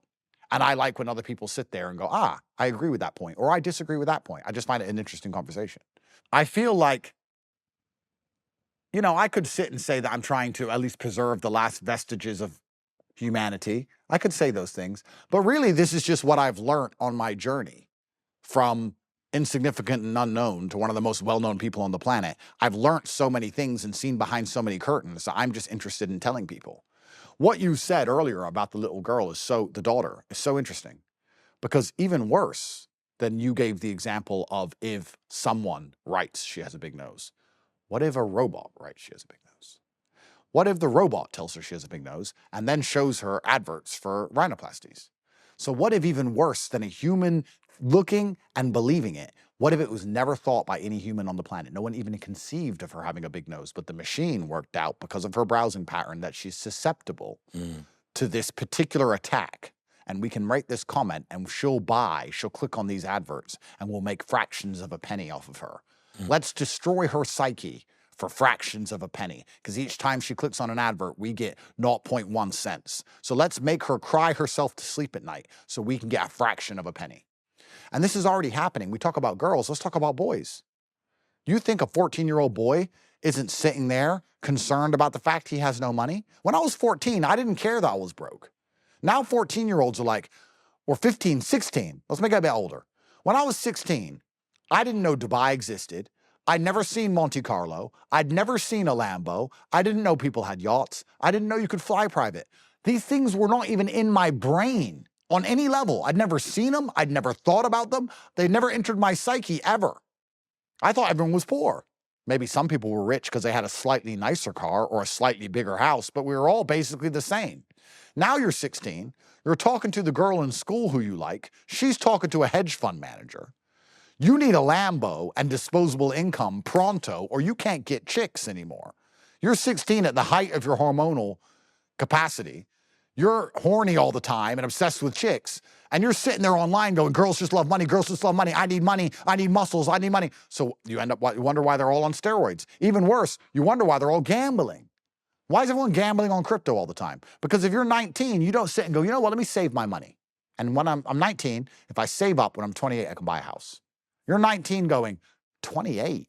I need a Lamborghini. I need this now. I've got $1,000. If I gamble it, maybe I'll get rich. I'll probably lose it, but 1,000 is basically zero anyway because no girl wants to talk to me anyway. We pretend that this is an asinine, childish thing. Girls talk to me. It's actually the base motivator for nearly everything men have ever done ever is reproduction. Men built cities, sailed the 7 seas, scaled the world, built all of society, gone to war and got blew up in ditches just to come home and be a hero and get a wife. That's why men done everything they've ever done. And now you got 16-year-olds and you're telling them you ain't getting no pussy unless you get some money, unless you get famous, unless girls know exactly who you are. You need 1 million followers on Instagram. I'm telling you, the men are even more messed up than the chicks are. They've lost their minds. So what do the young men do now? Will they just gamble all their money away, take a bunch of steroids, or think, I need to get famous online at any cost. I need to be viewed online at any cost. You know what? If I go do something stupid, at least people will look at me. At least I'll know, at least I'll matter if I go do something dumb. Who's forcing the young men to gamble all their money, to go do stupid, risky things that might land them in jail or dead? The algorithm. The algorithm is destroying us.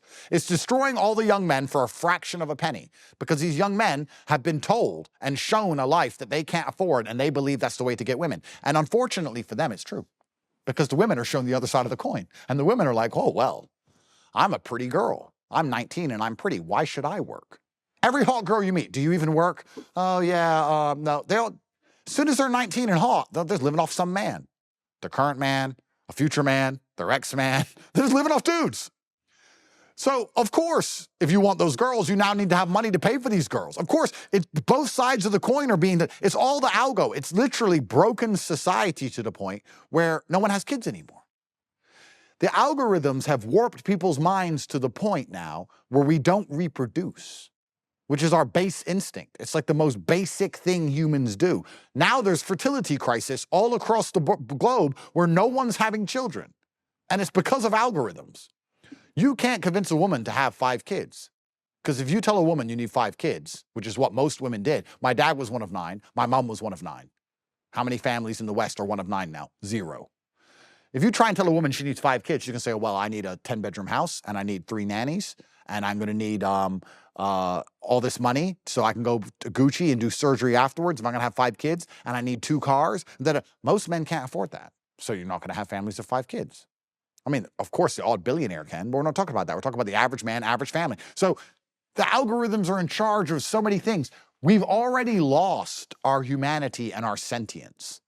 And the reason I talk about these things so religiously and repeat them so feverishly is because every time you ask me a question about my childhood or my family life or who I am as a person, part of me is instantly not only nostalgic, but sad. When you say, what was it like being a child? I feel like my children will never have that. My children will never have what we had. My children will never experience that. My children won't even love me the way I loved my dad. I saw my dad as a superhero. And even me, as one of the most well-known people on the planet, my son will not see me to the same degree of superhero as I saw my dad because he's exposed to so much other information all of the time. I only knew my dad. That's all I saw. So I'm talking about these things because I'm answering your questions about the past and who I currently am and trying to highlight how an individual with a childhood and with unique perspectives and with unique feelings and thoughts and unique philosophies and all these things that we all have as individuals, all of that will be gone in less than a decade. And I think that's one of the saddest things on the planet. Imagine I said in a decade a meteor would hit and we'd all be extinct. Well, that's sad. But isn't it just as sad that the meteor doesn't hit and we're all neutered and we're eunuchs and our brains are off and we're all just part of an algorithmic machine and we're basically AI bots, we're just numbers in code? Isn't that just as sad that we become the fucking Borg? The human race is going extinct, sir. I really believe that. I believe it's the end. I'll tell you something that I observed today, because I like to come to these interviews with as open of a unprejudiced mind. I think you're a very sensitive man, and I mean it in a very human way. Yep. And you give a fuck. Yep.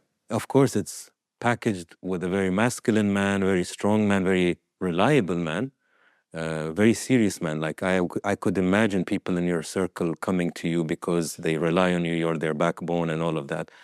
But there's a beauty of sensitivity that goes beyond Andrew. It goes like, because you could be as smart, as experienced, and say, I don't need to tell anybody anything. I'm good. I want to be safe. I just got out of jail. I'm okay. Yeah. But there's this calling or drive in you that pisses you off that people are zombies or people are losing humanity, or our kids, not only yours, mine too, Yeah. are going to lose a lot of the essence, and it does make you sad. Yes. And that fire is what's keeping you holding on to your humanity. I think you're absolutely correct. I think you're right. I think you're right. I think perhaps, you know, I can't stop any of what's going to happen. The tsunami is going to come. But I feel like I will sleep better at night knowing I shouted as loud as I could shout while people were still capable of listening, perhaps. And you're right. Perhaps I am more sensitive than a lot of people know, because it does bother me. It really does bother me. And it saddens me. It saddens me on so many levels to watch. Even the sanitization of chess saddens me. The globalization of the world saddens me. I'm sad that I go to Japan and see the same coffee shop as I see in New York.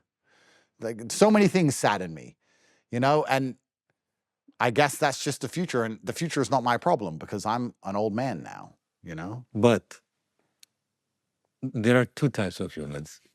There's a human that sees the sadness and wallows. Yeah. And they go into this depression or suicidal and they're miserable. And it happens to a lot of people.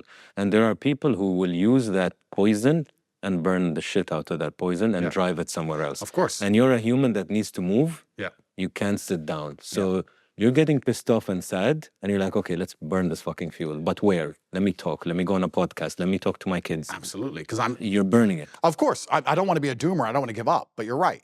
I take that negative emotion and I try and turn it into the most positive thing I can. And I think that that's, you know, the masculine essence. I could quit and give up. You're right. But I see these things, I feel these things, and I think you've nailed it absolutely. That's perhaps my drive to sit here and go, you know what, this is what's happening to everybody at home. If a million people watch this and even one of them becomes aware of their phone addiction, if even one person watching this sees a negative comment about how they look and stops for a second and goes, you know what, this is pixels on a screen and this isn't even real and I'm going to be happy anyway, then we've achieved our mission, you know? I mean, why were men, this certainly isn't a trench, this is just a conversation, but it's a battle for influence like everything else. Why were men fighting in wars since the dawn of human time if it wasn't to try and preserve what they believed was the light?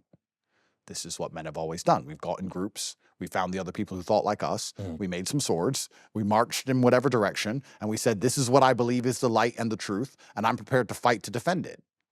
So luckily, we don't have to die in a trench to do this. We can just have a conversation on a podcast. But it's the same drive. It's the same motivation. This is what I believe is the light and the truth. Everything that's amazing about the world, everything that's amazing about the things you named earlier, about art, about music, all the things you said, it's the humanity, it's the human element to it. You know what's been completely wrecked for like AI? Pet videos and pet pictures. Because you used to see a cat do something and go, wow, look at that cat playing with that ball that way. That's so funny. Cats don't normally do that. That's unusual for a cat. But now you see a cat do something strange. You're like, did a cat even really do that? Or do I care about a cat playing with a ball that way? It's not even a real cat. Because the humanity, the human element's gone. You used to look at a painting and it'd be so photorealistic and be like, wow, how did a human use his eyes to see something and replicate it through tiny movements of his fingers so perfectly?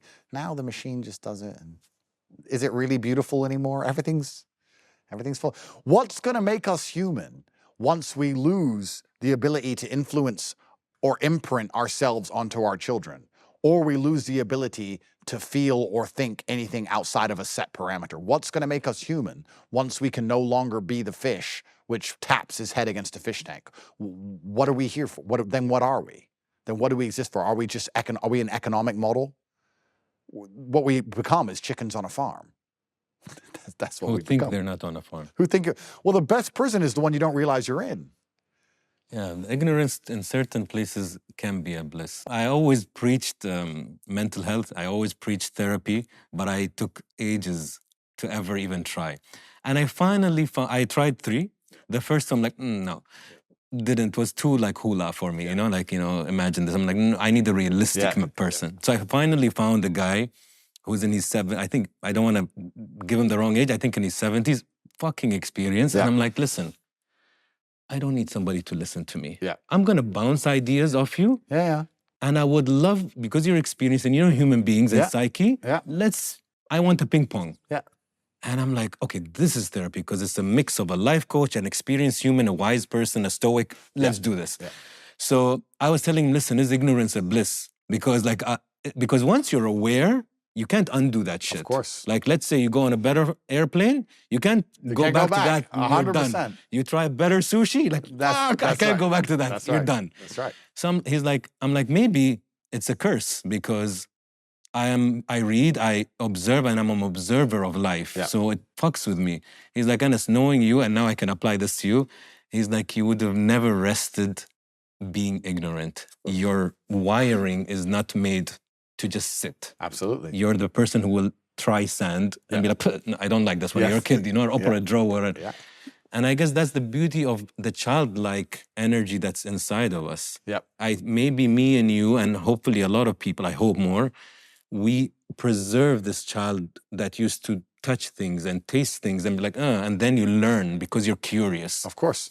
But I think society, and now you said the algorithm and all of this, it does this every time you're like, no, you don't try this. That's right. You only try this. This is your favorite color, this is your favorite place.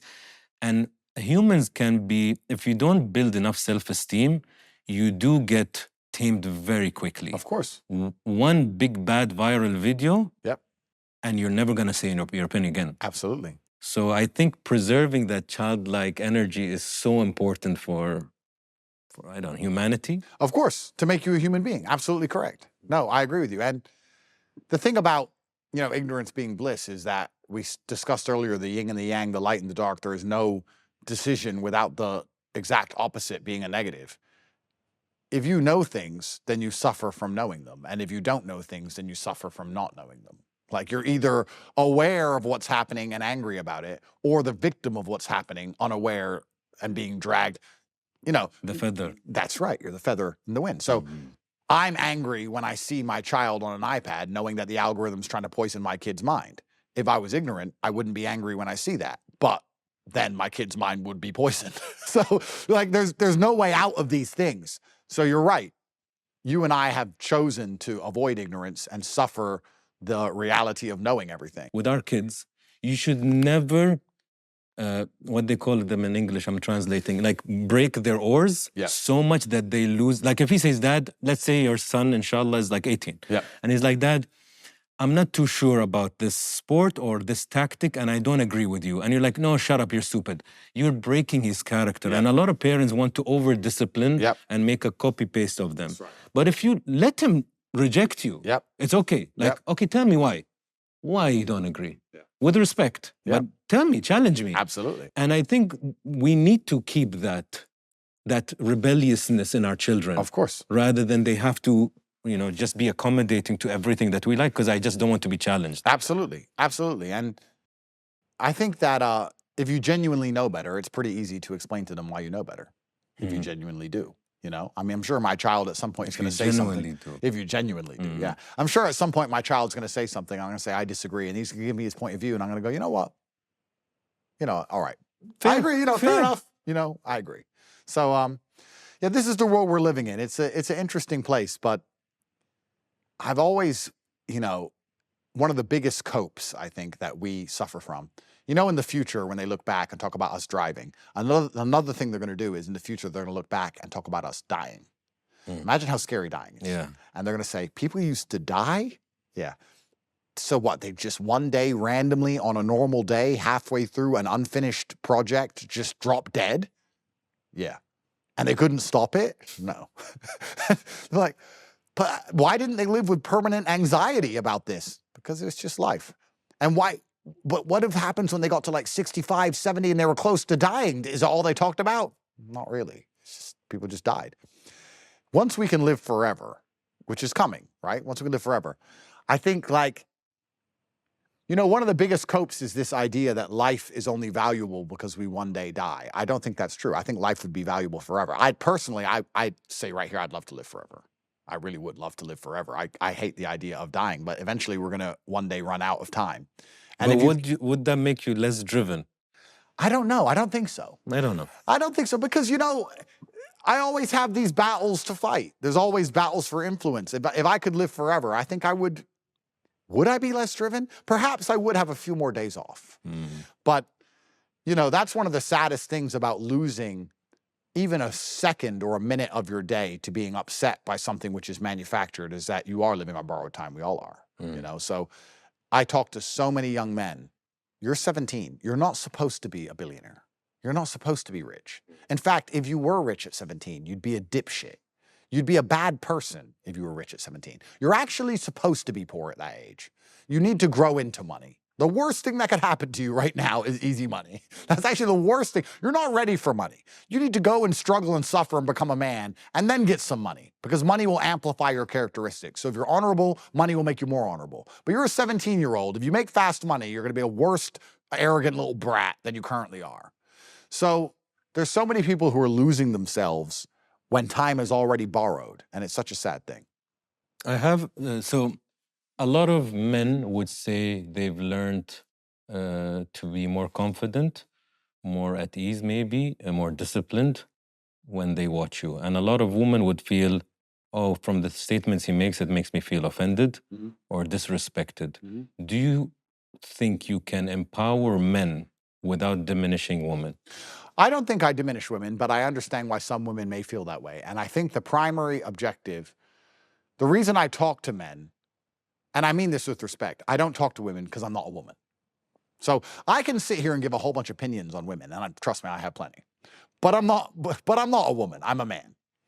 And I think that I've accepted, very much like my mother accepted her role and my dad accepted his role. It is my job to try and be a guide to the young men because I am an older man. That is what I'm trying to do. And I do believe that if I make the men better, I am, by default, helping the women also be better because there's going to be better men out there for the women. I really believe that.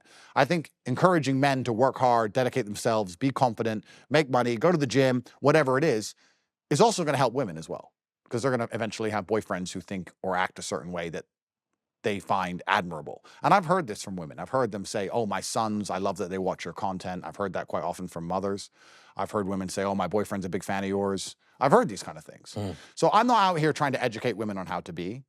I think that the responsibility for the direction of society actually falls on men. I think everything that is wrong in the world is actually men's fault, including the women. If the women have a bad opinion or the women are doing certain things which I disagree with, I still blame the men for that because I think men are responsible for everything. I actually think it's all a masculine problem because I believe men can fix it because men have always been in charge of society until very recently. So even now that it's a gynocracy in the West, it's still the men's fault for giving up power because the men could once again take control and they could once again be patriarchal and they could fix certain things. How do you fix the OnlyFans epidemic in America? How do you fix the fact that 30% of young women are selling their body for pennies? Well, you need strong fathers. That's how you fix it. It's very simple. You need fathers who can tell their daughters no. So I believe men are the solution to a lot of things, including the women's problems. So I'm just going to focus on the one thing I know. And I think that if we look at society by and large, is it declining? Yes. People have disagreed with me on that before. They've said, why is it declining? We're more liberal, more open. Society's better than it's ever been. Well, I'll say it's declining because the primary objective of society has to be reproduction. If we're not producing humans, then we're failing. What did I say earlier about forget how we feel? I forget how I feel. I have certain things I have to get done. Let's forget how society looks and how society feels. Society needs people. So the primary objective is reproduction. If reproduction rates are off a cliff, society is failing. By and large, by that metric. I don't care if you feel like we're more liberal, we're more nice, we're more female empowering, we're more LGBT tolerant. I don't give a shit about any of that. What I care about is the fact that there's no humans anymore. So we're failing. Society is in massive decline. There's no doubt about that. And men are the one who can fix it. If you look at society when it was functioning in the way it should be, it was largely patriarchal. And women will sit and say, oh yeah, men just want to be in charge. You know, there's this idea of being in charge by people who aren't in charge, as if it's utopian. You run your business. Is it easier to be the boss or is it easier to be a member of staff? I was telling a staff member yesterday, leadership is lonely. Oh, bro, it's horrible to be the boss. Everyone's like, I wish I was the boss so I could choose my own hours. I was like, you think you choose your own hours when you're the boss? You could do a 9 to 5 as an employee, or you could do a 9 to 11 as a boss. You work harder as the boss. Yeah. People, when I talk about patriarchy and men being in charge, I'm not talking about subjugating women. I'm not talking about being horrible to women. I'm talking about being responsible for women, paying for women, taking care of women, risking our lives for women, women and children first on the lifeboat. I'm talking about all the bad things that come with leadership. Leadership's not all rose-tinted perfect. Yeah, sure, there's some perks, because there's perks to everything. But like I've said earlier, everything that is positive comes with a massive negative. It's social media also. Of course. Social media made entrepreneurship sexy and trendy. And when I have these young entrepreneurs, when I do a talk at the universities, and I'm like, by the way, it's okay not to be an entrepreneur. It's really not for everyone. Are you ready to do 80 hours per week, minimum? Absolutely. At 3 a.m., 2 a.m., and now if you have a COVID, you have to think of salaries for your 60 employees. That's right. Are you okay with this? Because it's easy to say, I have my own time, my own hours. It's sexy. It's very attractive. But you have to go through it to know, like, fuck this, like, I actually don't want this. I wish I was in a corporate. Absolutely. And there's no shame in that. But it's social media. Social media made this much more rosy than what it is. Of course. Yeah. Of course. How was jail? It was a sobering experience. It's been a while since I've been back now. I thought they would have got me back in there by now. It's been 2 or 3 years I've managed to get out. I thought they would have banged me up again by now. It turns out I'm just too hard to kill. I'm too good for my enemies. They can't get me back there. But the way I currently look at it, after a little bit of time have passed, is that it's a level of the map that I got to explore. And it was a level of the map that I would have always been curious about unless I had explored it. So I'm grateful to the universe for giving me access to the dungeon level of the map for a short period of time. And if the universe decides I need to go back, then I'm hoping there's something else to discover outside of the cockroaches and the cold. You became very popular, one of the most Googled, if not the most Googled name online, and became very influential, quite powerful, and that can be intimidating. And then suddenly you're in all of this trouble. Where did it go wrong? Well, I didn't do anything wrong. It went wrong because I became too influential. So this is a big security problem. So what weapons does a government have when you become a problem to them? Well, they have law. So of course they start flicking through the law book. What law is he broken? What law is he broken? What can we get him on? What can we get him on? And they find very loose, tedious links. Oh, did he really do this? I mean, no, but look, just put this here, put that there, maybe this, maybe that. Anyone who believes I became the most Googled man on the planet without any legal trouble, and then a month later had all the world's legal trouble, and that was an organic accident, is completely brain fried. They tried to shut me up by deleting me from social media, didn't work. They tried to slander me with the BBC, didn't work. So they thought, okay, well then we have to physically throw him in a jail cell. This is the way the world works. It's the way the world works everywhere. It's the way the world works in the West. It's the way the world works in Russia. It's the way the world works in China. It's only in the democracies that we lie about this. And most countries are quite honest and open. If you say these things, which we believe is bad for the state, you're going to go to jail for it. And I actually respect the honesty of that. That's fine. If you tell me, here's the rules, and if you break the rules, you go to jail. Here's the red line. If you go over it, there's violence, because that's what putting someone in jail is. It's violence. It's police dragging you into a cell you don't want to be in. Then I respect it. The most annoying thing about the failing democracies is that they pretend there's no red line. What did I say at the beginning of this meeting? At the beginning of this podcast, I said, the best upbringing, the best childhood is knowing there's a line, being told fairly, fair, here's the line, cross it, you know what you're doing. What's annoying is when the line's invisible, which it is in the democracies. Yeah, you can say what you want, free speech. Oh shit, look what he's saying. Oh crap, everyone's listening. Get him. I'd rather they just be honest about it. And in many countries, they are honest, including this one, and I respect it fully. And somebody wrote to me the other day, I think we were doing a live session, and they said something about Anas' freedom. Yeah. Like, something along the lines like, what do you think about freedom? I'm like, what is actually freedom? That's right. Do we actually want full freedom? Of course not. It's like a highway with no lines. Do we want that? Yeah. And then there is chaos and accidents, and you're like, oh, no. I wish there were lines and some dashed lines and a yellow one because I need a bit of order. Otherwise, nobody will get home and we'll have deaths. Yes. So this silly idea that we connect freedom to no rules and no guidelines and no ethics. Religion is there because it's a guidebook for life. Absolutely. Government is there for certain guidelines so you can live better. That's right. Red light is red light. No, I don't want. Free. I'm free, I go. And that's, what are we doing? So don't attach, it's a very gray word. Yeah. We like to say we need freedom of speech, but do you? Of course. So let's not overly hinge and bet on the word freedom. Freedom should be that you can express yourself without hurting others. That's right. You can be playing the sport you want. Yeah. You can manage your time. You're not forced to do certain things. Okay, that's that's more than enough. But this is the problem with the Western world because it's built on this idea of freedom, which we of course know not to be true, because you're right. There can't actually be freedom without chaos.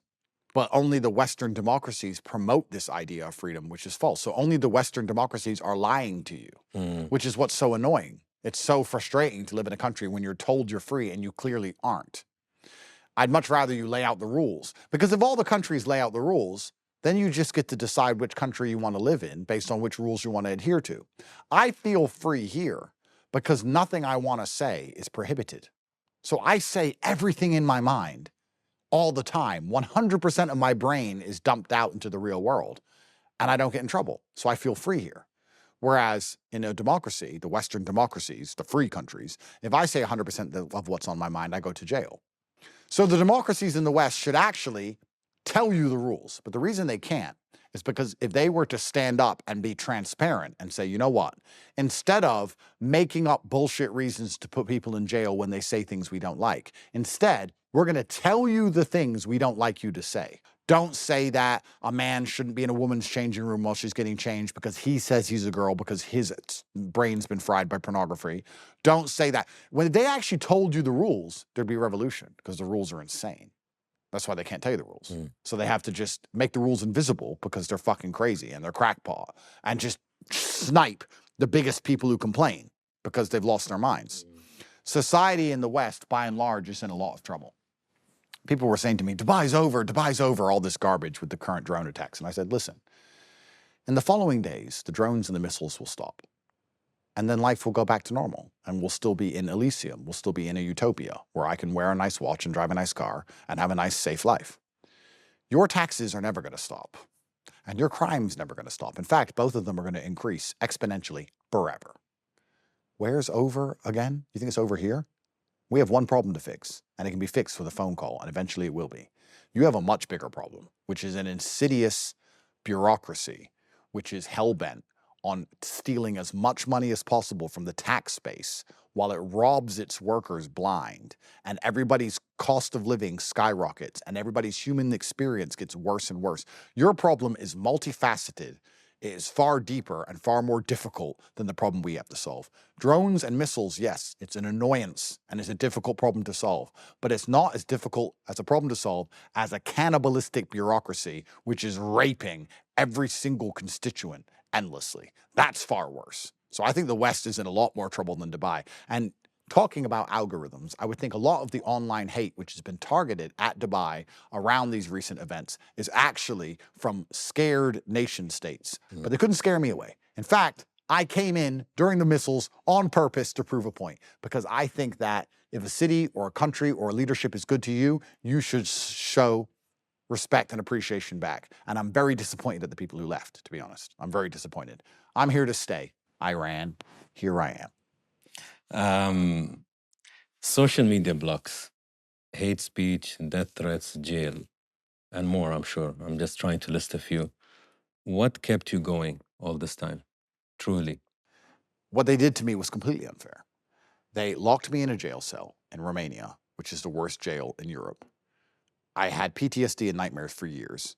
After I got out of jail, they locked me in my house for 3.5 years. I didn't see my mom when she had a heart attack. I didn't see one of my kids. They stole all my money. They slandered me across the media. They convinced a whole bunch of people who were completely psyoped that I'm a human trafficker and a rapist and a money launderer and an arms trafficker and a tax evader maybe, but the rest, that one may be probably true. But the rest, they convinced all these people of all this garbage, completely slandered my international reputation, destroyed my business. They completely wrecked me. It's true, because I was too influential. And it was completely unfair what they did, absolutely. But you know when you play a video game, and you're the good guy, you're the hero, and you get to the final boss, he always has a larger life bar than you. You know, the bad guy, it's never been fair for the good guy. When has it ever been fair for the good guy? The fact that they came at me so viciously, so unfairly, the fact that it was so rigged, the fact it was so unfair, and perhaps it's just the stubbornness or the pettiness in me, I can't say what it is, but the fact it was so unfair made me know I was the good guy. I was like, this setup is the bad guy. Only a hero can be this badly outnumbered. Never in history has a good guy had so much overwhelming firepower against the bad guy. There's never been a time where you had one little bad guy and a million good guys who quickly wiped him out and the world was a great place. No, it was one little good guy against a fucking army of evil. It always has been. Mm-hmm. When you watch the James Bond movie, and when you watch the Batman movie, when you watch these movies carefully, and most people don't watch them carefully, but next time you see any action hero movie, watch it carefully. He's getting his ass kicked for 95% of the film. For 95% of the movie, it's going wrong. Everything's going wrong. For James Bond, for Batman, he's losing, he's getting his ass kicked, he loses his chick, something blows up, he nearly dies. It's going all wrong till the end. So for these last 4 years when everything was going wrong, I was like, yeah, but this is how the movie goes. Please understand that there was a time I was locked in my house, and this time was only a year ago, 12 months, where I was looking at 21 charges in Romania and 20 charges in England with an active extradition warrant. So after I solved the 21 issues in Romania, irregardless of whether I beat them and stay free or go to jail and serve a decade, I then get instantly extradited to England where I have to face 20 more charges. I'm put in Belmarsh on remand and I have to fight that again. I was looking at 20 years of legal garbage. The idea of me in the last month going to Kazakhstan, Miami, Vegas, New York, LA, Romania, Istanbul, then here to see you, fly again tomorrow night. The idea of all of this was unfathomable. How? They got the extradition warrant signed, Andrew, and you're locked in your house. You have to go to court, fight these 21 charges, instant extradition to England. It's over. Because you're supposed to get your ass kicked for 99% of the movie. And then somehow at the end, you have like a magic weapon, somehow some twist of luck, some chance. You know, as long as you're that guy. If James Bond or Batman quits at any point during the movie, when he's getting his ass kicked, if he gives up, then it's over. But if he keeps getting up, somehow, against all the odds, somehow at the end, he finds a way and escape an active extradition warrant to live your life free. Even though you've done nothing wrong, but you've been set up by an intelligence agency. How the fuck are you traveling the world instead of being in jail? How do you do that? Well, these are some secrets to the Matrix I cannot yet tell on a podcast. If you could teach every child in the world one lesson only, what would you teach them? That's a really good question. I don't know, because I believe most people who are healthy are already born with an empathy for other humans, and I believe that most people are actually born quite good in many ways. So what would you need to teach a child at a young age? I can't answer the question competently. I'm sorry. I need to think about that. That's a really good one. Next show I'm on, I'm going to have such a fucking flawless answer. It's going to be viral everywhere. Take your time. Let me think about that one. You can message I like me. it. You I can like message that me one. the answer. Yes, sir. Best advice you've received, or one of. I've had a lot of good advice in life. Which one sticks? You're never tired when you're winning. You're never tired when you're winning. And I think that that is the easiest way to always self-motivate yourself. That if you ever feel tired or exhausted, or you're trying something and it ain't quite working, or you're trying to make money and you can't seem to work it out, or you're trying to get views and the views don't come, and you feel like, oh, this is so tiring, or I want to quit, or I want to give up, just know the second you start winning, you're going to have unlimited energy to just win forever. There's no such thing as lazy. There's just people who feel demotivated as opposed to lazy. You can take any person, you can take the laziest guy, go home right now, find a guy who sits at home all day and plays video games and smokes weed and say, look, here's how you make $1 million. Here's exactly what you do. Here's a puzzle. Every time you complete the puzzle, I give you 100 grand. He'll stop being lazy because he knows exactly what to do. Once he starts winning, he'll be up all night doing puzzles, getting that money. But because he hasn't been given a very simple, clear path to the money, he can't work out how to do it, and he's too lazy to work out how to do it, so he doesn't want to do it. So you're never tired when you're winning. Whenever I feel a little bit demotivated or a little bit tired or a little bit under the thumb, or I feel like there's too much going on or I'm stressed, I just go, you know what? Once this pulls off, I know I'm going to have unlimited energy to push it to the end. And I think that's the best way to look at it. And another reason you should keep this in mind, you're never tired when you're winning, is you need to keep in mind that your enemy, if they're beating you, are never going to give up. They're never going to quit. They're never going to get tired. They're never going to get exhausted. As soon as your enemy feels like they're winning over you, they're never going to stop. This idea that you can show weakness and vulnerability to your enemy and they won't want to kill you, I think is one of the biggest mistakes in the world. If someone says something negative to you and you go, that really hurt my feelings, that really affects me, they're going to keep doing it. Every man knows this is true. You need to make it very clear. You need to exhaust your enemy, and you exhaust your enemy by being a brick wall of just ignorance. I love, sometimes, I just love being just blunt force brick wall. Let's put it on a personal level. Let's forget about the jail and the Matrix and all these things. A personal level. A girl will say to me, "You're so arrogant." I'll say, Nah, I'm too humble.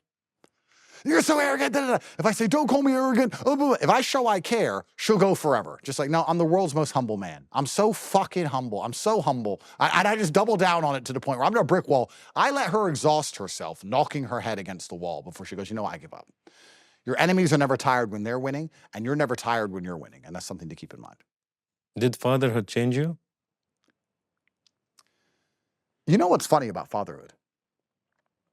Everything I thought about fatherhood before I was a father turns out to be absolutely fucking true, and I was correct. Before I had a kid, I was like, my kids ain't gonna be brats, they're gonna obey me like soldiers. And I'm not gonna have to change a single diaper ever, that's the woman's job, and I'm gonna tell my kids what to do, and they're gonna worship me, and my house is gonna be quiet and peaceful and serene, because I'm the boss, and they're gonna listen. Wait till you have kids, Andrew. When you have kids, you're gonna see it's not like that. I bet you end up changing diapers. Never changed a fucking diaper, not my job. It's my job to pay for the house, and the house is paid for. My kids obey me. When I talk, they listen. I was just totally right. Everyone was trying to psyop me that it was this big, difficult task and that I was going to completely lose myself and that these kids were going to run me all over the place and I'm going to be fucking laying on the floor in a psychotic wreck while the kids make a mess. Turns out, as usual, I flawlessly predicted the future and I was absolutely correct. So nothing really changed me. It's exactly like I expected it to be, but better. Having kids is easy. Anyone at home, if you're thinking about having children, have them. The sooner you have kids, the better. Every year you wait to have kids is a year you don't have with them when they're older. You're losing years with your adult children to do what? Go on holidays and buy Birkin handbags? Wake the fuck up. Have kids and have them now. It's actually easy. And they're not even that expensive. The mums try and make them expensive by buying them fucking Dolce and bullshit. But if you can tell her to calm down, kids aren't even expensive. Kids are cheap, bro. Kids are a few dirham. They eat a little bit of food, Primark t-shirt, bam, bam, done. I love having kids. It's the best thing ever. I need to have 20 kids. In the future, when you see me walking around with my 10-man security team and they're all my sons, that's the future of Andrew Tate. If they don't kill me, if they don't put a bullet in my head and I last that long, in 20 or 30 years, you're going to see me walking around with 20 full-grown men as my security team, and they're all going to be called Emory Andrew Tate, and they're all going to look like me. That's what's going to happen. Okay. Would you rather lose all your memories or the ability to make new ones? Well, that's really a bet on whether you think you've lived the best years of your life or if the best years of your life are coming up. That's what that's a bet on. And my problem is that I've lived the hardest years of my life and the best years of my life are coming up, which should make it an easy one. I should be able to sit here and say, well, let me erase all the bad times because now I'm a billionaire whose yacht finishes next summer and he's going to be on his yacht with his brother having a great time. But do I want a brain full of happy thoughts or do I want a brain full of grounding thoughts, negative thoughts that remind me of the brutal realities of life? And to be as competent as possible, I would have to choose the bad thoughts. So I would rather lose the ability to make new thoughts than lose all of my previous memories, because I have a very difficult predicament, sir. This predicament I'm in is a really horrible one, whereas I've been through so much shit that my life is pretty much now just coming to the point where the sun is rising and everything's perfect. I've finished all my legal bullshit. I've got my yacht nearly done. I've got my hundreds of millions. I no longer have to struggle to eat. I've got my children. My life's just turning great. It's a terrible predicament to be in, because if I don't have all that negativity to anchor it against, being rich means nothing. Being rich is boring. It is only fun because you remember being poor. Otherwise, it's shit. You don't want a Ferrari. You want to be able to say, I can't believe I can afford a Ferrari when I used to not be able to afford food. That's the whole point of it. You need the negative. The negative is everything. This is what people don't understand. All the dark times, all the bad times, all the negative things that happen to them, that's the only thing that actually generates happiness for you. The happiness isn't happy in and of itself. It's a reflection off of the negative. You need the negatives to be happy. If you don't have negative thoughts or negative memories in your mind, you can never be happy ever. This is why kids who are born into rich families with really privileged upbringings end up doing a whole bunch of drugs and being retarded and stupid, because they don't have enough struggle. You've seen the movie The Matrix. I talk about The Matrix all the time, but they say it in the movie. We tried to build a utopia for humans at first. We tried to build a human utopia, but the mind rejected it. The human mind needs struggle for some reason. So we had to build this terrible world that you all struggle in. This is true. I couldn't lose all my bad memories because perhaps in my old age I'm becoming too optimistic, but I can't see a future where I suffer nearly as much as the suffering I've already been through. My life's too fucking fantastic now. My version of suffering is what I described this morning, the horrible predicament when my Pagani wouldn't start and I had to take my Bugatti instead. That's my version of a bad day now. And I tell my PA, fix the Pagani, and I get my Bugatti. That's my version of a bad day. I've had worse days, and I think I should remember them. Otherwise, I'll lose all touch with reality. What are you afraid of? There's a lot of things I'm afraid of. I don't like height. But when I say afraid, it doesn't mean I won't do them. Like, I don't like heights, but I'll still go. I don't like the ocean, but I'll go in it, but I don't like it. So, I can give a bunch of boring answers like that. I could say I'm afraid of, I don't think afraid is the right word, but I think the biggest waste of life is to die without being remembered. I think that it is your job as a man to leave a mark in history. I think that's important. I think the true measure of a man is not only the size of his enemies, but what size or what dent he leaves in history when he's gone. I think that's the most important thing. So I could say I'd be afraid to die without being remembered, but I wouldn't say fear would be the right word. It would just be a monumental waste of talent. And I've already achieved that. I can stop talking for the rest of my life. I've already made a mark in history. How would you like to be remembered? I think I'm the man who always made the brave choice. If not that, at least I was entertaining. Even if you enjoy my self-immolation, even if I end up just burning up and they end up getting me and throwing me in jail for 100 years, who gives a shit? At least it was an entertaining story. I'm really having a great time. I'm really on a wild ride. And I've learned, like if someone's right-wing enough, they end up saying left-wing things. And if they're left-wing enough, they end up saying right-wing things. And like if you have a really rich guy, so he ignores all the taxes, and then you have the people in the middle who pay all the taxes. But if you go homeless, you don't pay any taxes because you're homeless. Like at the extremes, it actually meets in the circle. Happy and sad are the same to me. Like I'm having a great time. I'm just out here to feel things, to be absolutely devastated emotionally, truly saddened, is to actually feel something as opposed to just being numb, I think is the best use of a day. If you can make me completely miserable and heartbroken and depressed for a day where it consumes me, that's a good day because it's a day I remember. It's a day I felt something as opposed to another day in between, in the middle. I'm out here having a great time. So I'm trying to live my life for those extremes. I'm not trying to have a perfectly happy, positive life. I'm trying to live my life for those extremes. And for that reason, I think that I'm always going to take the brave choice, and I'd like to be remembered for always taking the brave choice. When was the last time you cried? I've only cried once in the last 8 years, or 8.5 years, and that's when my father died. When my dad died, I cried. I haven't cried since, and I'm going to cry again when Tristan dies, unless I die first. I'm saving it for him because he deserves it. Unless I die first, perhaps. I'm the older one, maybe. Do you think your dad, Emory, would be proud of you if he saw you today? 100% he would. Really? 100% he would. There's no doubt about it. And he'd be proud of me because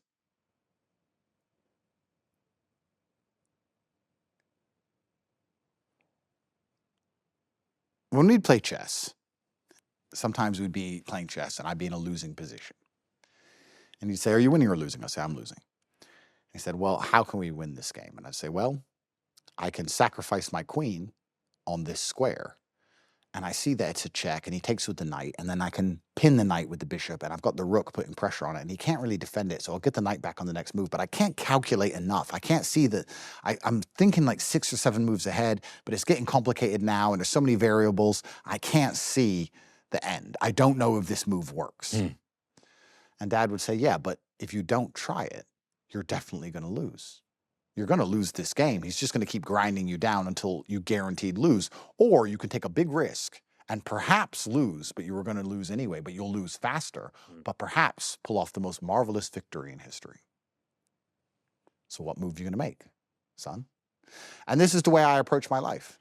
My stupid ass just got in the ring with a man a decade younger than me and 45 pounds bigger than me, and he kicked my ass.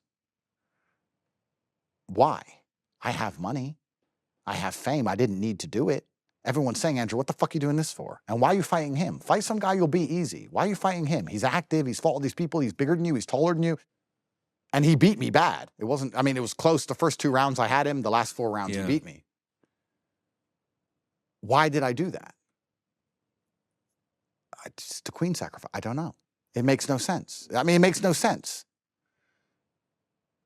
But I'm happy to lose if I try. I'm really not scared of losing at things. I don't give a shit. But to know I would be, to wake up one day and accept that I'm now afraid to do something because I might lose at it, that would bother me. But to try something and lose, it doesn't bother me. And I think that's my superpower to life. I'll try everything. I don't give a shit. And if I lose, someone goes, ha, ha, ha, you lost. I'll say, ha, ha, ha, I'm me and you're you. At least I tried. At least I tried. And they say if you don't try, the answer is always no. Absolutely. And let's compare. Let's compare a lifelong legacy. You know? I'm sure the most famous, I can't tell you. I'm sure Napoleon lost battles. We know about Waterloo, but I'm sure he lost before that. He still managed to conquer all of Europe. Like you have to roll the dice. Feather in the wind. Sometimes, maybe if we fought the day before or I fought him the day after, I would have beat him. Who knows? But this is just the way it worked out. But I'm always the guy who looks at the chessboard and goes, you know what? I know how this ends if I don't try. But who knows how it will end if I do? And that's why my dad is proud of me, because that's how I am still living my life. If we finish this interview, Emory, and we walk out and your dad is standing, what would you tell him? Wow.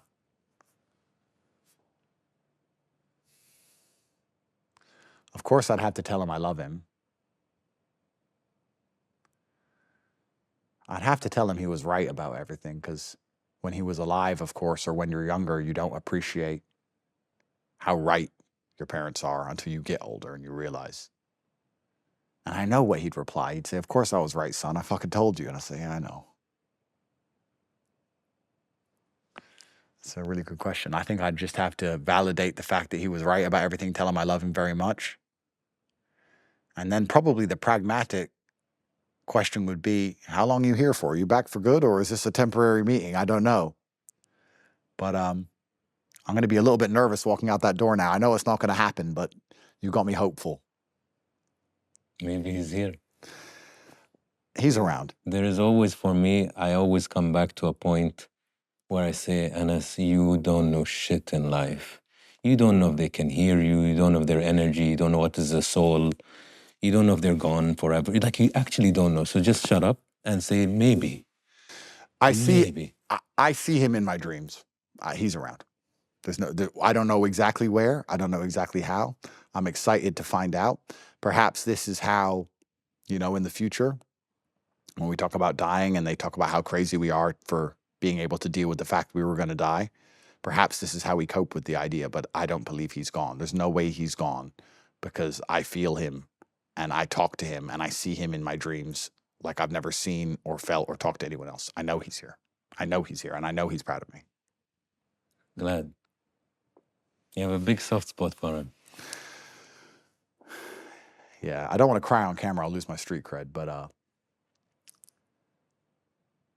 hopefully he doesn't have to be outside the door. Hopefully he has heard me say that he was right about everything, but I've told him this privately. I've told him this endless times and he already knows it. And a lot of the decisions I make to this day, I make with him in mind. The idea to do certain things that perhaps may seem illogical to others, even to my own detriment. A lot of the decisions I make with him in mind. And so far, he's managed to lead me here. You know, I'm about to get on my jet tomorrow and continue with my life. So maybe he knew even more than I knew. Maybe. Last question. I'm good with time, man. Yeah. Andrew in one word. Indefatigable. One of my favorite words because it's from my favorite saying, which is my father's saying. My unmatched perspicacity coupled with sheer indefatigability makes me a feared opponent in any realm of human endeavor. So he's saying my ability to perceive things, perspicacity, my ability to look around and notice things that other people don't notice, coupled with sheer indefatigability, I never get tired. The fact that I notice everything and I never get tired makes me a feared opponent in any realm of human endeavor. And before I go, I'm going to tell you the story of when he said that. We were in Detroit, Michigan at the end of a chess tournament. I must have been about 10 years old. And my dad had played a chess tournament for a couple $1,000, a small level tournament. And he won. He won a couple $1,000.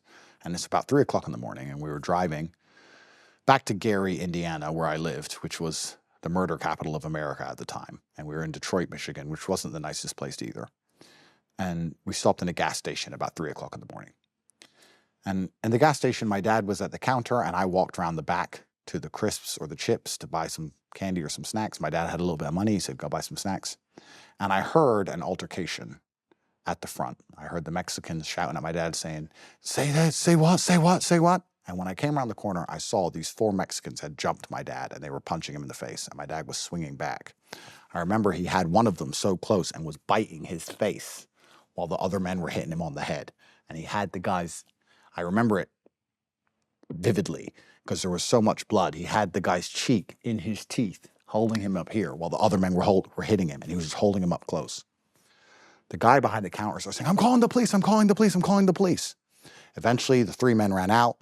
My dad lost control of the other guy. They all ran out, and my dad stumbled, and he leant up against the counter, and I've never seen so much blood. I don't know if it was just the other guys. A whole bunch of it was his. It was all pouring down his face where they were hitting him on the top of the head. They'd picked up things from the counter, and they'd hit him. And he was bleeding. He was leaning against the counter. And he looked at me, and I looked at him, and I was so scared. And he just looked me in the eye, and then he looked back towards the door and was just staring at the door. I guess he expected them to come back in. The guy behind the counter said, I've called the police. The police are coming. I've called the police. A couple minutes later, we hear the sirens. The police turn up, and the sheriff walks in. He's like, what happened? And the guy behind the counter said, it's not his fault. They got in an argument, and these 4 guys tried to mug him and rob him, and they attacked him. My dad's now standing there. My father is a bit more sentient now. He's standing upright like this. He's held something on his head for a little while, but there's still blood running down his head. And the police officer said to him, what's your name, sir? And he said, Emory Tate. He said, what's your job? He said, I'm a chess player. And he said, you just fought these 4 Mexicans by yourself. Maybe you should have been something else instead of a chess player. And my dad said, my unmatched perspicacity, coupled with sheer indefatigability, makes me a feared opponent in any realm of human endeavor. And I remember the sheriff's face, because the sheriff just looked at him like, what the fuck did you just say? Completely confused. And the fact that my dad, with a concussion, he ended up having a broken cheekbone, needed 30 stitches all over his head. The fact that my dad, with a concussion after being jumped, when asked a question, that's how he answered it, is probably the easiest way I can describe the true genius of my father, because that's how he spoke. And I've never heard anyone else with a command of the English language like him to this day. I've watched every podcast on the planet. I've seen all these tech billionaires. I've seen all these geniuses. I've seen everything on the internet. I've never seen anybody speak the way my dad spoke, ever. And I remember that sentence from that day, the age of 10. And I still say it now, all of the time. And if you tell me to sum myself up in one word, it's indefatigable. But truthfully, if I'm allowed a few more words, I would like to say my unmatched perspicacity coupled with sheer indefatigability makes me a feared opponent in the realm of human endeavor.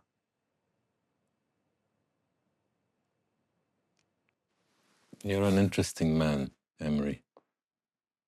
And it's interesting how your energy changed completely throughout the whole interview, you know? You've said, I think, before that you think you're one of the most misunderstood men in the world. You believe that still? I think it's getting better. I think so. Thank you. Thank you, sir. All right, guys.